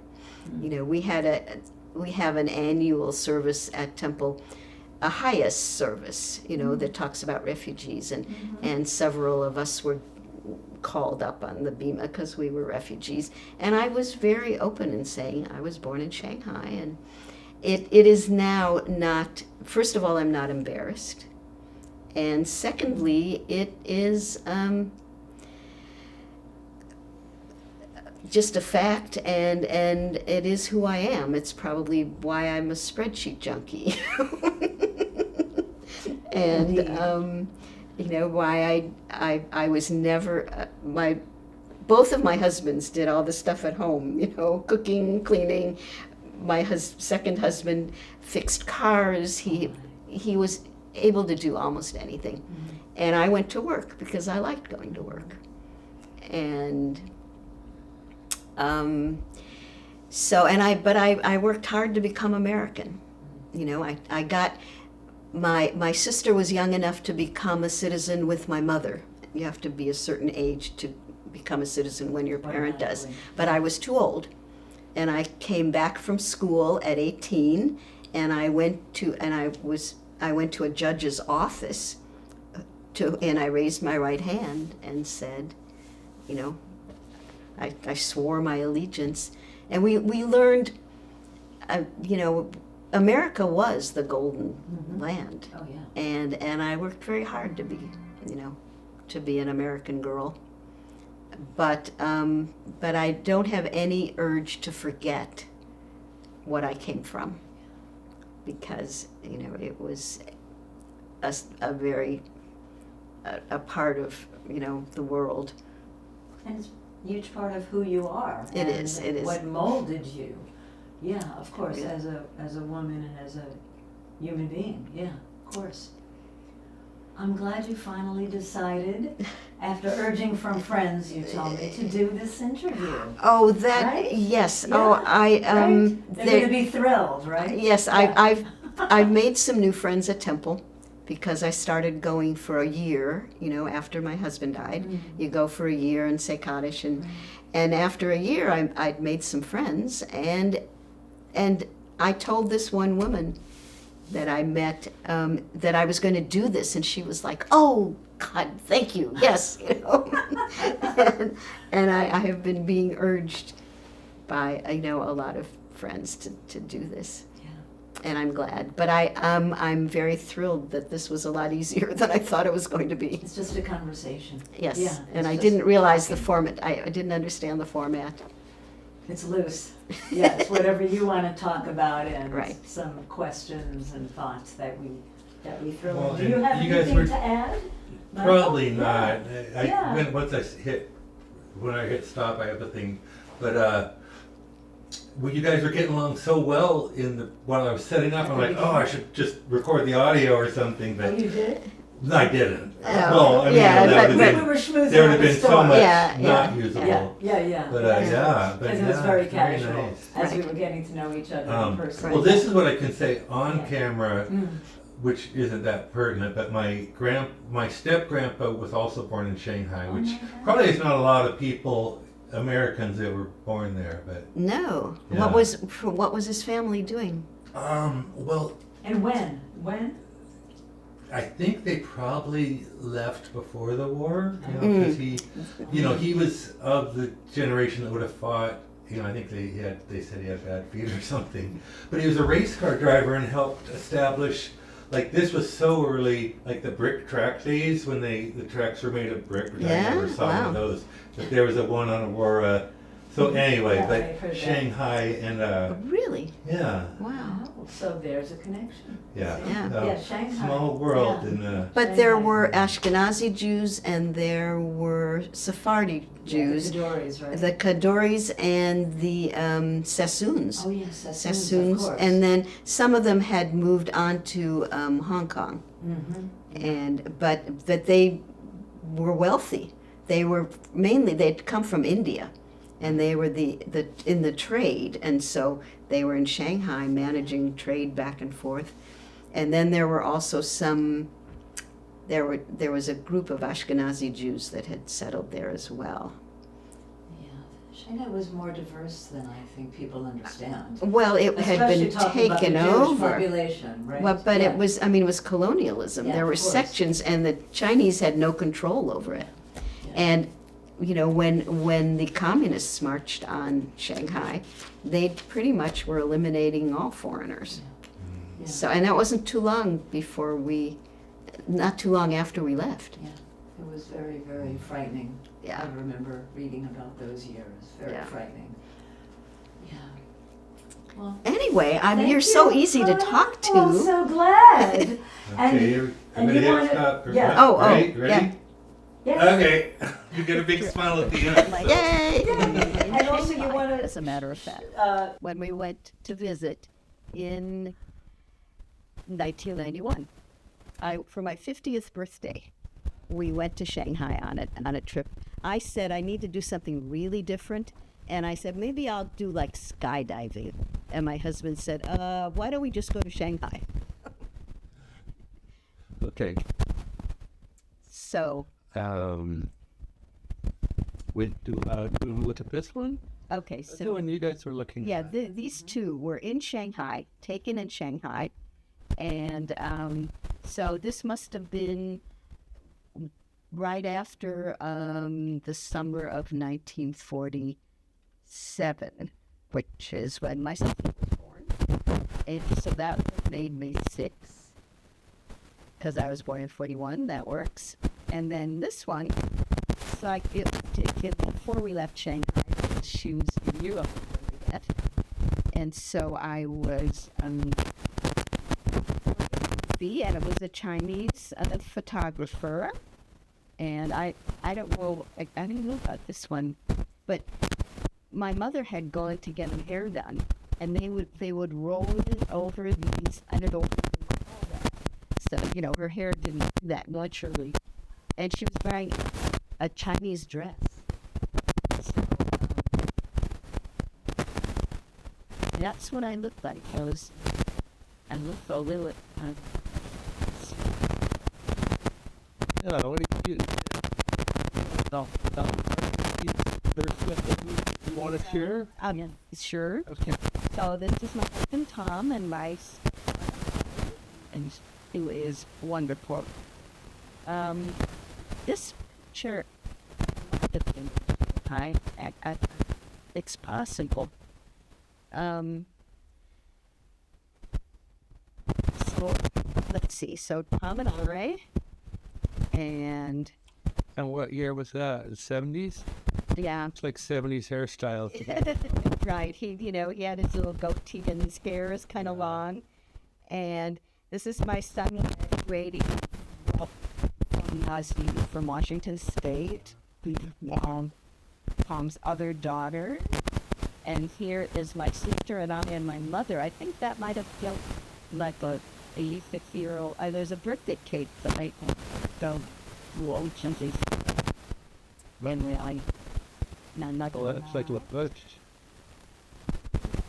Sad. and then my sister. And probably these photos are just we did a lot of hiking in Europe.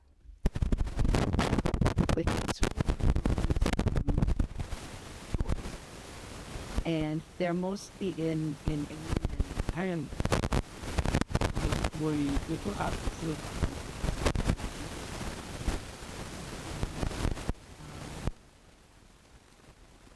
And this is my good friend Arlene, who lives at Aljoya. And that's epic. But I have boxes of photographs. I could have, that. But anyway, these are the ones that I live with all the time.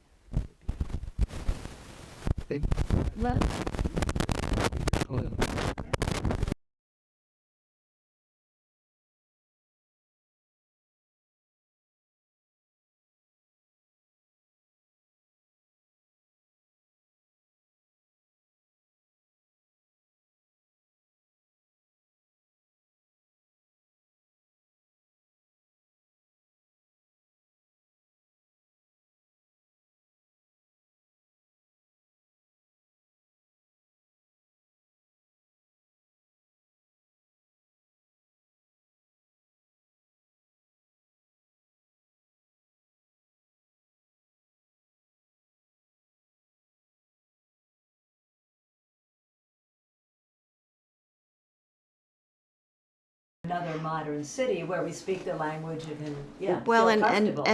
her Right. older sister and husband had an application to a visa application to the U.S. Of course. and they were so slow in processing them. Oh yeah, that's the anti-Semitic State Department. Yes, Yeah. and so they said, "Well, we're going," You better get out now. Yeah. Yeah. That was wise, because the people who waited didn't Right. get out. Yeah. Well, and I think one of her sisters that stayed, and they had sent their children to Sweden, had some medical issues, and they stayed. And grandmother, they lived with with my mother's mother, and they all lived in this big house, and so they all stayed.